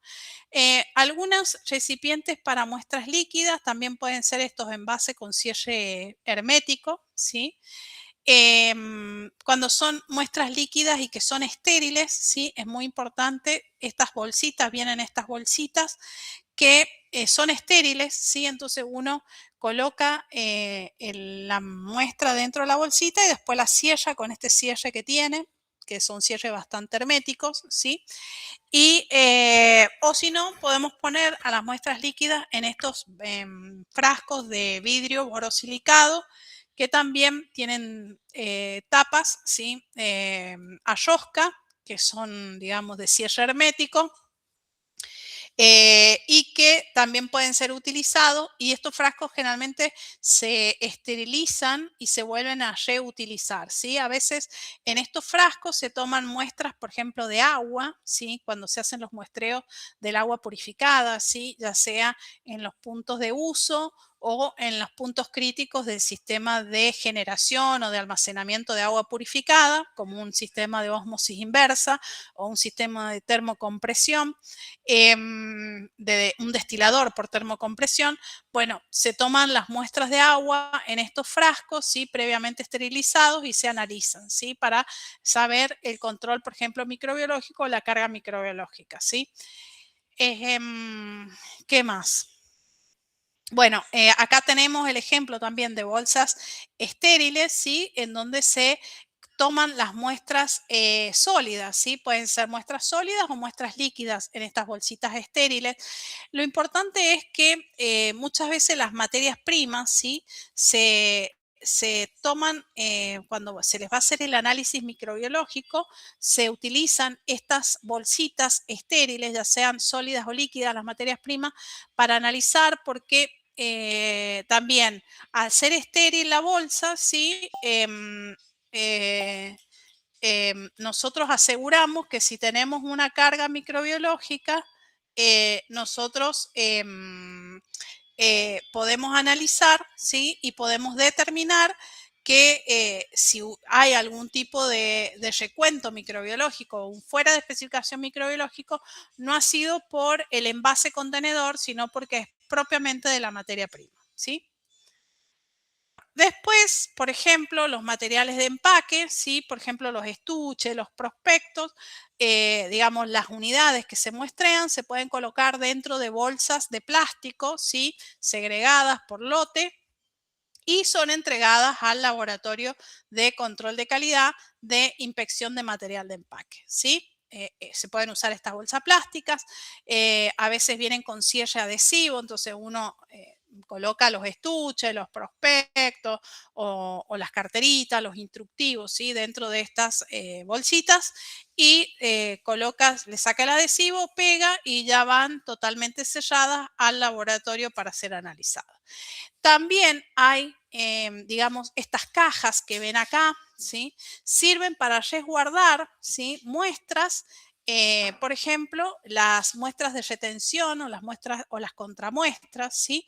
En las cajas hasta el vencimiento del producto o hasta el vencimiento de las materias primas, ¿sí?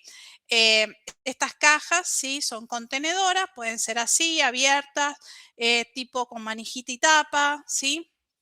No importa la caja que sea, lo importante es que se pueden utilizar para resguardar muestras, ¿sí? De materias primas o muestras de productos terminados como muestras de referencia o contramuestras, ¿sí? De retención o de referencia.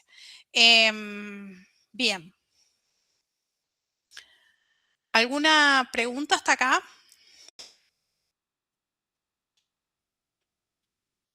No, profe. Ok. Bien. Con respecto a el muestreo, ¿sí? Las precauciones que hay que tener para el muestreo, ¿sí? Nosotros tenemos que tener seguridad, ¿sí? Para cuando llevamos a cabo un muestreo, ¿sí? Porque justamente el muestreo es una operación peligrosa. ¿Por qué? Porque, por ejemplo, si estamos hablando de materias primas, ¿sí? Cuando una persona hace el muestreo de una materia prima, abre un cuñete, ¿sí? O un bin o una bolsa, ¿sí? De plástico, una bolsa de papel, en donde en el interior de estos contenedores, ¿sí? Hay, no sé, 10, 15, 20 kilos de un principio activo, ¿sí? Puede ser, no sé, un antibiótico, un antihipertensivo, un analgésico antiinflamatorio, un corticoide o peor todavía drogas, digamos, con manipulación especial como un oncológico, ¿sí? Entonces hay tanta cantidad expuesta, ¿sí? De esa droga que hay que tener muchísimo cuidado, o sea, las precauciones, ¿sí? Que hay que tener para hacer muestreo de este tipo de materiales son muchas, ¿sí? Entonces, el personal que hace este tipo de operaciones, tiene que ser un personal entrenado, ¿sí? Tiene que utilizar un lugar, digamos, dedicado, que ustedes saben que son las centrales de muestreo, tiene que conocer la naturaleza del producto a ser muestreado, ahí tiene que ver si tiene que usar doble guante, si tiene que usar ropa estéril, ¿sí? Si tiene que usar respiradores autónomos o solo con una mascarilla respiratoria es suficiente, o tiene que usar semimáscara, ¿sí? Con filtros, qué tipo de vestimenta. Generalmente se colocan arriba de la vestimenta normal, o sea, del lambo, de la chaqueta, el pantalón, la cofia. Cada vez que van a muestrear una materia prima diferente, se ponen un descartable diferente, ¿sí? O sea, terminan el muestreo de una materia prima X, van a la esclusa, se sacan la ropa descartable, la descartan, la tiran en la bolsa de residuos y se colocan una nueva mameluco descartable, ¿sí? Con cofia, con guantes nuevos, para volver a ingresar al área y seguir con el muestreo de una nueva materia prima, ¿sí? O sea, todo eso, por eso las operaciones de muestreo uno las minimiza, pero en realidad son una de las operaciones más peligrosas que hay durante todo el proceso productivo, por el grado de exposición que tienen las personas a las materias primas, ¿sí? Bueno, claramente el lugar de muestreo, que son las centrales, tienen que tener acceso y salida seguras, ¿sí? Con salidas de emergencia, tienen que tener luz adecuada, ventilación adecuada, ¿sí? Sobre todo en la central misma. Puede requerirse ayuda para abrir los envases, o sea, generalmente los muestreos no los hace una sola persona, generalmente hay 2 personas haciendo un muestreo, una que está dentro de la cabina de flujo laminar, digamos que es la que hace el retiro de tapa, pone Raman, saca Raman o toma la muestra, ¿sí? Y una persona por fuera de la cabina de flujo laminar haciendo de asistente, o sea, llevándole los bines hasta la puerta ahí de la central y retirando los bines ya muestreados, ¿sí? Por eso es que dice que requiere ayuda para abrir los envases, debe haber prevención para manejar objetos punzantes, ¿sí? ¿Por qué? Porque todos estos muestradores, ustedes han visto los caladores, ¿sí? Los muestradores que tienen puntas, ¿sí? Que justamente son de acero inoxidable, que tienen punta para ser introducidos dentro de los cuñetes o de los cuñetes o de los envases, ¿sí? Para muestrear. Entonces hay que tener mucho cuidado, ¿sí? De no cortarse, de no clavarse los muestreadores, ¿sí? Otra de las cosas es que hay que seguir el plan de muestreo, ¿no? Con toda la información, qué materia prima tengo que muestrear, qué cantidad tengo que retirar, digamos, qué normas de seguridad tengo que seguir. Para eso tengo que consultar la hoja de seguridad de los productos, ¿sí? Ahí están detallados cuál es el grado de toxicidad y qué caso, o sea, y qué acciones hay que seguir en el caso de que haya digamos, un contacto accidental con esa materia prima, ¿sí? Ya sea por inhalación, por contacto directo con la piel, al haber retirado los guantes, ¿sí? O sea, todo eso tiene que saber el muestreador para, en el caso de alguna contingencia, poder actuar, ¿sí? ¿Cuáles son los riesgos potenciales o los peligros potenciales que tiene una operación de muestreo, ¿sí? Bueno, claramente uno tiene que considerar las propiedades físicas, químicas y biológicas del producto, ¿sí? O sea, por ejemplo, hay drogas que son muy volátiles, ¿sí? Entonces, bueno, hay que tener mucho cuidado, ¿sí? Porque son volátiles y esa propiedad hace que si una persona no utiliza, por ejemplo, máscaras respiratorias para hacer el muestreo, pueda llegar a sufrir algún tipo de intoxicación y toxicidad, digamos, por exposición involuntaria.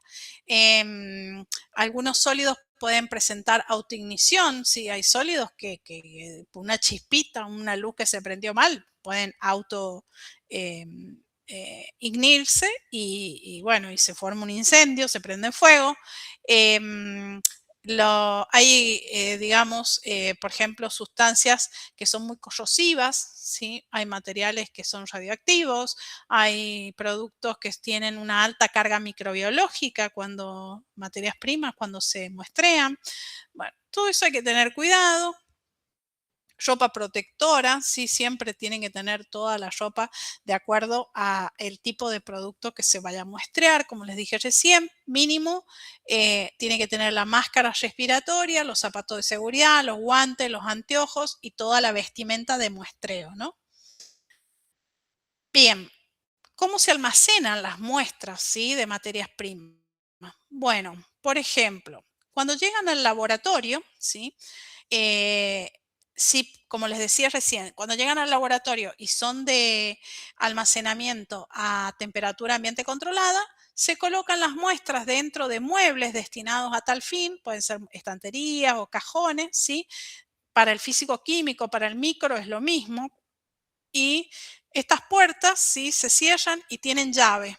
Generalmente todas las muestras para análisis tienen que estar bajo llave, ¿sí? Y después están las muestras que requieren cadena de frío, ¿sí? Que tienen que poner en refrigerador, también sellado con llave, o en freezer, ¿sí? o ultra freezer, dependiendo del tipo de producto, también en este tipo de equipos bajo llave, ¿sí? O sea que todas las muestras, los lugares de almacenamiento de muestras tienen que estar bajo llave, ¿sí? Eso por un lado. Ahora, después, en el depósito de muestras de retención, ¿sí? O sea, estas muestras de retención, como yo les decía, que se resguardaban de producto terminado en una cantidad suficiente para repetir por 3 veces el análisis completo, ¿sí?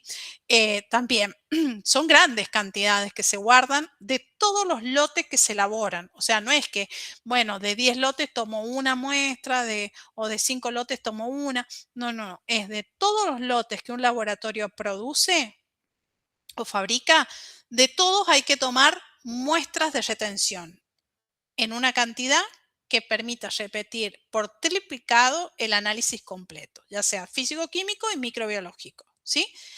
Entonces, claramente hay que tener grandes áreas de almacenamiento, o sea, tienen que ser depósitos grandes, ¿sí? Para almacenar los productos hasta su vencimiento. ¿Y qué es lo que pide la norma, ¿sí? Para estas muestras de retención, ¿no? Lo que pide la norma es que se resguarden, ¿sí? Las muestras de producto terminado hasta un año después de vencido. ¿Sí? O sea, supongamos que si el producto vence en agosto del 2026, ¿sí? O sea, este mes, yo tengo que resguardarla, por más que al 31 de agosto ya o al 1 de septiembre la muestra ya está vencida, yo tengo que guardarlo un año más al producto, ¿sí? En las estanterías hasta el 30 de agosto del 2027 y a partir recién del 1 de septiembre del 2027, un año después de vencido, recién lo puedo eliminar, o sea, lo puedo enviar a destrucción, ¿sí? De estas contramuestras. Pero antes no, ¿sí? Esto está todo por normativa, qué es lo que dice y qué es lo que pide, ¿sí? Entonces, las muestras de retención se tienen que resguardar en depósitos claramente preparados con condiciones de temperatura y humedad monitoreadas permanentemente. Claramente, si los productos terminados requieren cadena de frío, dentro de estos depósitos hay refrigeradores que tienen, digamos, resguardadas las muestras de retención con cadena de frío, ¿sí? Esto es un ambiente, temperatura ambiente controlada. Generalmente es criterio USP estos depósitos, o sea, una temperatura entre 20 y 25 y una humedad por debajo del 65%, ¿sí? Eso es un criterio de temperatura ambiente controlada USP. Estos depósitos tienen acceso restringido, o sea, también con, digamos, bajo llave o con identificación biométrica, ¿sí? O sea, de cara o de huellas dactilares, ¿sí? Para ingresar y para salir del depósito, ¿sí? Esto es normativo también. Bueno, esto es lo que les he explicado. Bien. ¿Cómo estamos con el tiempo? ¿Estamos bien? ¿A qué hora tienen que cortar, chicos?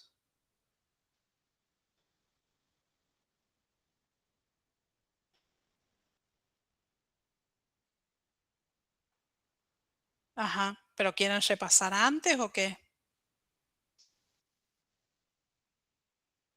Ok, bueno, a ver, aplicamos lo aprendido, que no nos quedan muchas cosas.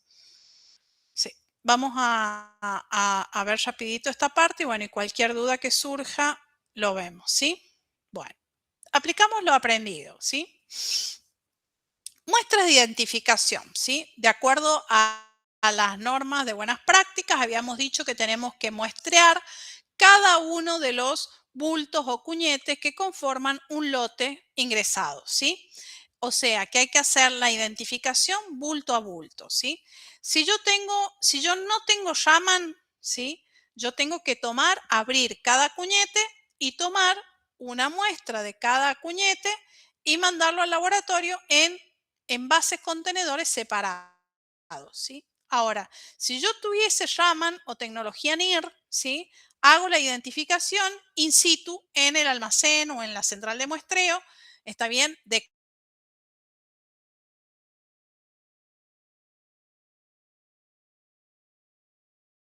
cuñete por cuñete y solo tomo, digamos, el análisis físico-químico, ¿sí? Por ejemplo, está el ejemplo acá. Yo tengo que ingresó un lote, ¿sí? De 16 cuñetes o 16 bultos, ¿sí?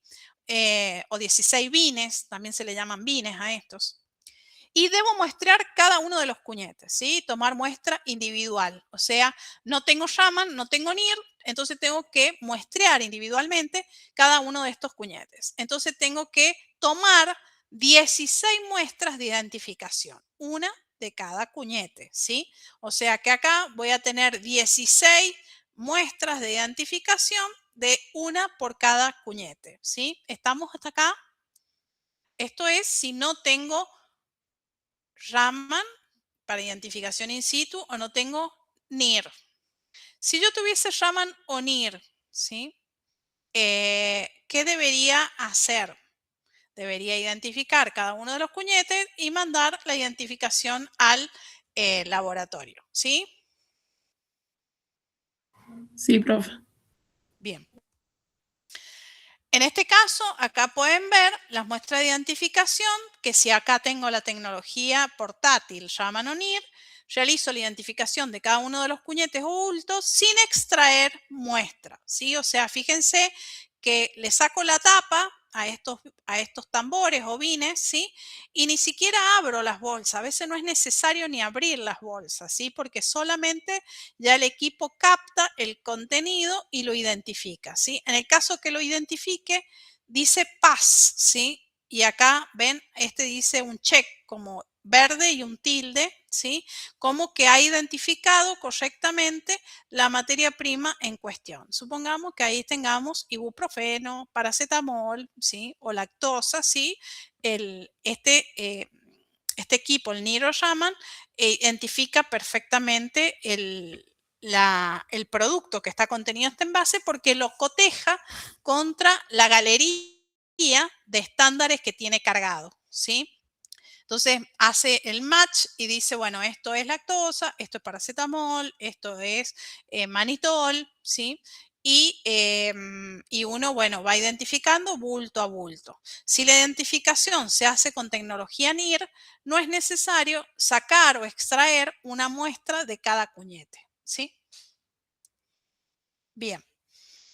Ahora, para el análisis físico-químico, ¿sí? Y microbiológico, ¿sí? Lo que uno puede hacer es, para saber qué cantidad de bultos tiene que muestrear, ¿sí? Para armar ese pool de muestra, yo puedo aplicar, como les dije al principio, la fórmula que sugiere la Organización Mundial de la Salud, que es raíz cuadrada de n más 1, ¿sí? En este caso, ¿sí? ¿Nosotros qué hacemos? Nosotros decimos, bueno, raíz cuadrada de n más 1, supongamos que volvemos al ejemplo de recién, en donde ingresaron 16 cuñetes, ¿sí? Esos 16 cuñetes, hacemos raíz cuadrada de 16 más 1. ¿Alguno saca la cuenta esa?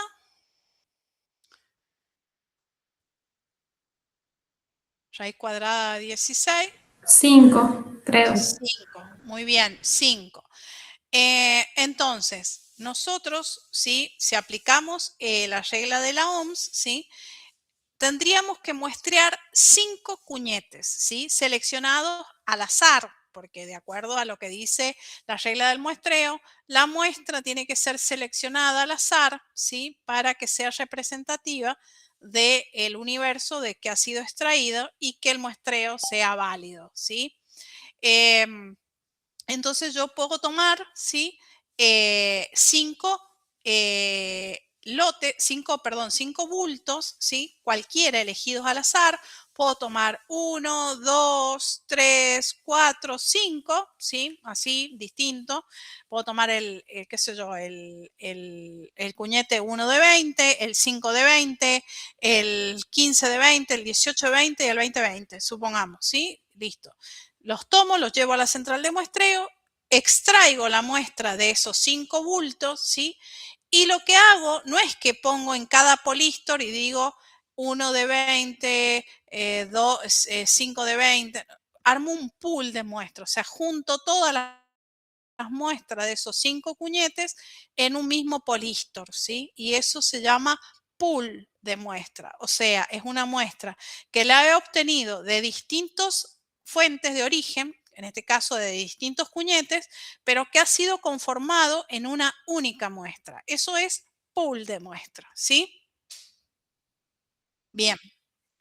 Entonces, puedo muestrear los 5 cuñetes que dice acá o también puedo aplicar, ¿sí?, la tabla 1 de la ISO 28599, ¿sí?, en donde me dice, por ejemplo, dependiendo del tamaño de la muestra, el nivel de inspección y el tamaño del lote. Por ejemplo, no sé, en este caso entraron, no sé, 5.000 kilos. Esos 16 cuñetes tienen 5.000 kilos.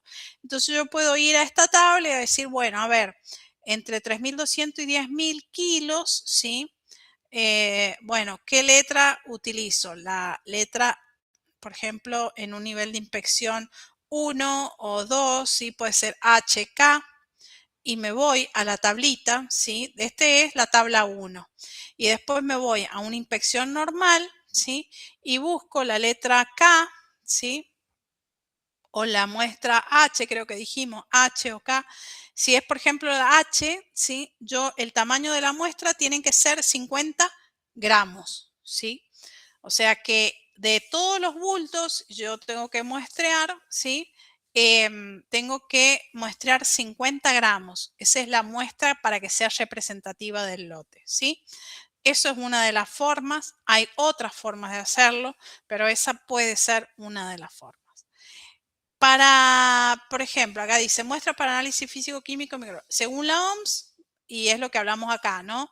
Es raíz cuadrada de n más 1. Entonces tengo que muestrear 5 bultos que los elijo al azar, de los 16 que entraron, tomo 5, y acá voy a mandar, digamos, una única muestra, ¿sí? Un pool de muestra de esas 5 muestras, ¿sí? Y si tomo de la 2859, tabla 1 y 2, debo mostrar también 5 cuñetes elegidos al azar. Armamos el pool de muestra físico-químico, por otro lado el pool de muestra para análisis microbiológico, si es que aplica, y mandamos al análisis, ¿sí?, de esta materia prima, ¿sí? Después tenemos las muestras para análisis físico-químico y microbiológico de semi-elaborados, ¿sí? O sea, de productos, por ejemplo, en comprimido, en cápsulas, ¿sí? Salidas de la comprimidora, salidas de la paila, salidas del reactor en el caso de jarabes, salidas de un reactor en el caso de cremas, pomadas, ¿sí? Y así como salen del reactor, antes de envasar en su envase final, sea en blister, sea en potes, sea en tubos de aluminio, se pueden analizar como semi-elaborados, ¿sí? Entonces, a ver, si son procesos de elaboración largos, por ejemplo, procesos de compresión de más de 5 horas, ¿sí? Bueno, yo puedo sacar con una frecuencia establecida por procedimiento, por SOP, por ejemplo, un muestreo cada 1 hora, ¿sí? Tomo, por ejemplo, si es 5 horas, tomo un muestreo a la hora 0, ¿sí? O sea, cuando empieza el proceso, a la hora, a las 2, a las 3, a las 4, a las 5 horas. De todas, cada una de esas horas tomo un poco de muestra y armo un pool, o sea, armo una única muestra con todos los muestreos que hice. Y eso mando al laboratorio, ¿sí? Por ejemplo, y así se arma el pool para el físico-químico y el pool para enviar las muestras al laboratorio microbiológico, ¿sí? De análisis microbiológico. Por ejemplo, dice, un lote de paracetamol de 1 gramo, ¿sí?, que serían como estos, del cual se elaboran 1.000.000 de unidades en 10 horas del proceso, ¿sí? ¿Cómo extraigo la muestra para análisis físico-químico y para micro? Esta pregunta es para ustedes, en base a lo que les acabo de decir. Si yo tengo 1.000.000 de comprimidos, ¿sí?, y 10 horas de proceso, ¿cómo extraigo la muestra para análisis físico-química y para análisis microbiológico? Los escucho. Serían 11 muestras, por lo que son 10 horas. Bien, serían 11 muestras porque arranco con el inicio, ¿sí? Y después hasta la hora 11, hasta la hora 10, perdón, hay 10 muestras más. Entonces extraigo 11 muestras. Una al inicio y otra a cada hora durante el proceso. 11 muestras, perfecto. Esas 11 muestras que extraigo, ¿sí? Saco, por ejemplo, una cantidad determinada en cada muestra. ¿Y qué hago? Armo como 2 pools de muestras, ¿sí? Porque tengo que mandar las muestras para análisis físico-químico, el laboratorio físico-químico, y tengo que mandar por el otro lado las muestras para análisis micro. Tengo que armar 2 pools de muestras totalmente separados e identificadas de manera diferente, ¿sí? Una FQ y la otra micro. ¿Se entendió hasta acá? Sí, profe. Bien. Sí, profe.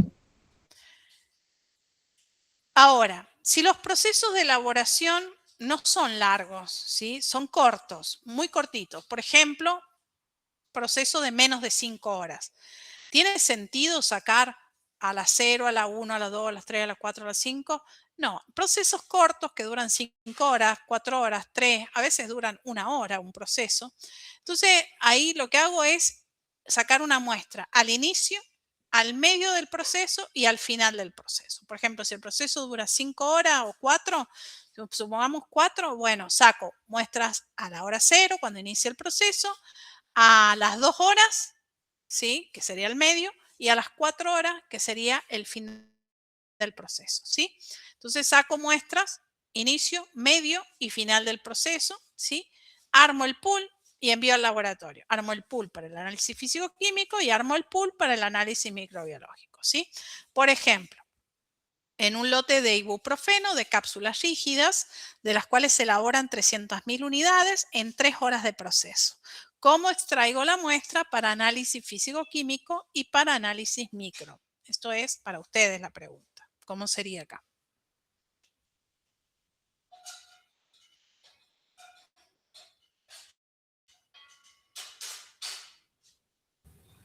Y serían cada 100.000 unidades, ¿o no?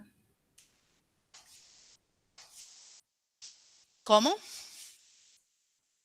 Serían cada ¿Cuántas muestras hay que sacar?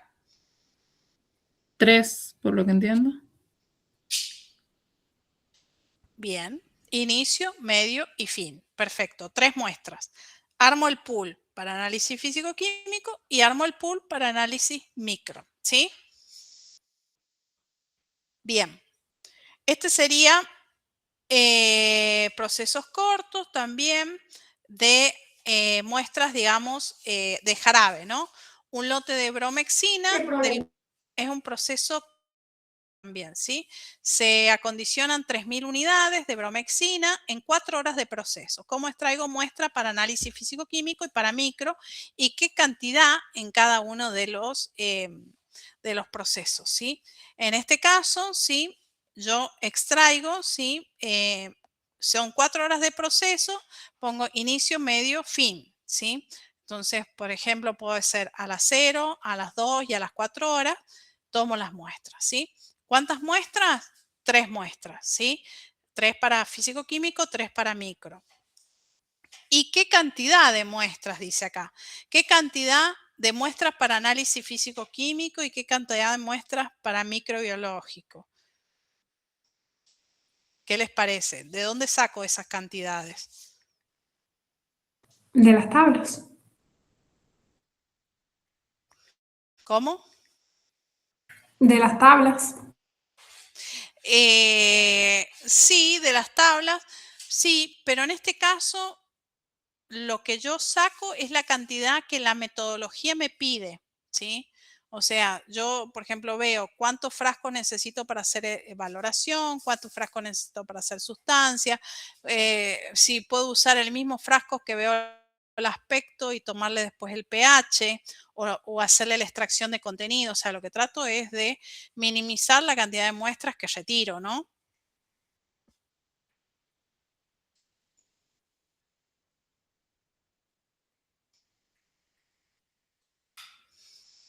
Bien. Acá se pone ya más interesante, ¿sí? Tenemos un proceso de elaboración largo, ¿sí? De más de 5 horas, ¿sí? En donde puedo sacar muestra con una frecuencia establecida por SOP, ¿sí? Ejemplo, cada 1 hora armo un pool y envío al laboratorio, ¿sí? Y el requerimiento es, se requiere para análisis físico-químico hay un listado en donde me dice, mira, para análisis físico-químico necesitamos 80 comprimidos. Para el análisis microbiológico me dice micro, hace los análisis y expresa sus resultados por gramo de producto, ¿sí? Tantas unidades formadoras de colonia por gramo de producto, porque este es un producto sólido, son comprimidos, ¿sí? Y las contramuestras también las tengo que sacar de este producto y me dicen que el peso del comprimido, ¿sí? Son 600 miligramos, ¿sí? Bien. Entonces me dice, por ejemplo, un lote de amoxil 500 de blister por 10, del cual se acondicionan 50.000 unidades en 12 horas de proceso, ¿sí? ¿Cómo extraigo muestra para análisis físico-químico y para micro, ¿sí? Bueno, claramente es un proceso de 12 horas, es un proceso largo. Entonces ya sé que tengo que tomar por procedimiento una muestra por hora, ¿sí? ¿Cuántas muestras en total voy a obtener? O sea, ¿cuántos muestreos tengo que hacer? 13. 13. Bien, entonces, la cantidad de muestreos son 13, ¿sí? Esa es la cantidad de muestreos que tengo que hacer, ¿sí? Bien. ¿Qué cantidad de blister, sí, tengo que retirar para análisis físico-químico y qué cantidad de blister tengo que retirar para análisis microbiológico, ¿sí? Me dice que para análisis físico-químico necesito 80 comprimidos, ¿sí? 80. Para micro, 10 gramos. Entonces, para saber cuántos comprimidos tengo que retirar para análisis micro, tengo que saber, digamos, según el peso del comprimido, cuántos comprimidos tengo que retirar para completar los 10 gramos. En este caso sería, un comprimido tiene 0,6 gramos, ¿sí? 10 gramos, ¿cuántos comprimidos van a ser? 16,66. 16,66, que serían 17, supongamos, ¿sí? Claro. Bien, perfecto. Entonces ya tenemos cuántos comprimidos físico-químicos, cuántos micros, la cantidad de contramuestras. Dijimos que era la cantidad necesaria para repetir por triplicado el análisis completo del producto, o sea, físico-químico más micro, ¿sí? Entonces, vamos por parte. La cantidad de muestreos son 13, ¿sí? Desde el inicio hasta el fin. ¿Qué cantidad de muestras, ¿sí? Físico-químicas, ¿sí? O qué cantidad de blister tengo que retirar, ¿sí? Me dice, en el físico-químico yo necesito 80 comprimidos, ¿sí? Ese es lo que necesito como muestra físico-química, ¿sí? Pero yo tengo que hacer un muestreo cada una hora, ¿sí? ¿Cuánto trae el blister? Trae 10 comprimidos, ¿sí? Entonces, ¿cuántos blister, ¿sí? Tengo que sacar? 8, profe. 8. Bien. Técnicamente son 8, porque serían, tengo los blister por 10 comprimidos, y saco 8, voy a completar los 80 que me hacen falta para el análisis micro. Ahora, ¿cómo hago yo para sacar en 13 muestreos 80 comprimidos u 8 blister?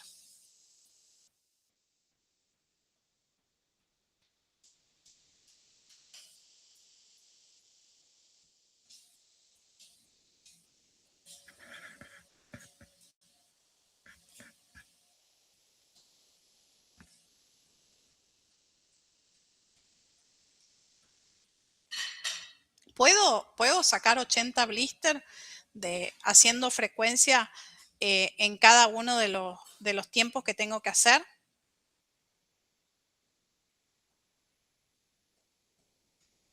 No, profe. ¿Cuántos blister mínimos tengo que sacar? 13. 13. Esa es la respuesta. O sea, si yo tengo la presentación mía, trae blister por 10 comprimidos y yo tengo que hacer la toma de muestra una por hora, no hay forma, no hay otra forma. O sea, la muestra FQ yo tengo que sacar 13 blister. ¿Está bien? Ahora, de esos 13 blister, cuando lleguen al laboratorio, el laboratorio va a tomar al azar 80 comprimidos, o sea, 8 blisters, ¿sí? Va a sacar, no sé, 5 para valoración, va a sacar 10 comprimidos para uniformidad, 10 comprimidos, 5 comprimidos para sustancia, 6 comprimidos para disolución, no sé, 10 comprimidos para aspecto y para peso, ¿sí? O sea, va a usar o va a tomar esos 80 comprimidos, ¿sí? Para los distintos análisis que tiene que hacer. Pero va a tener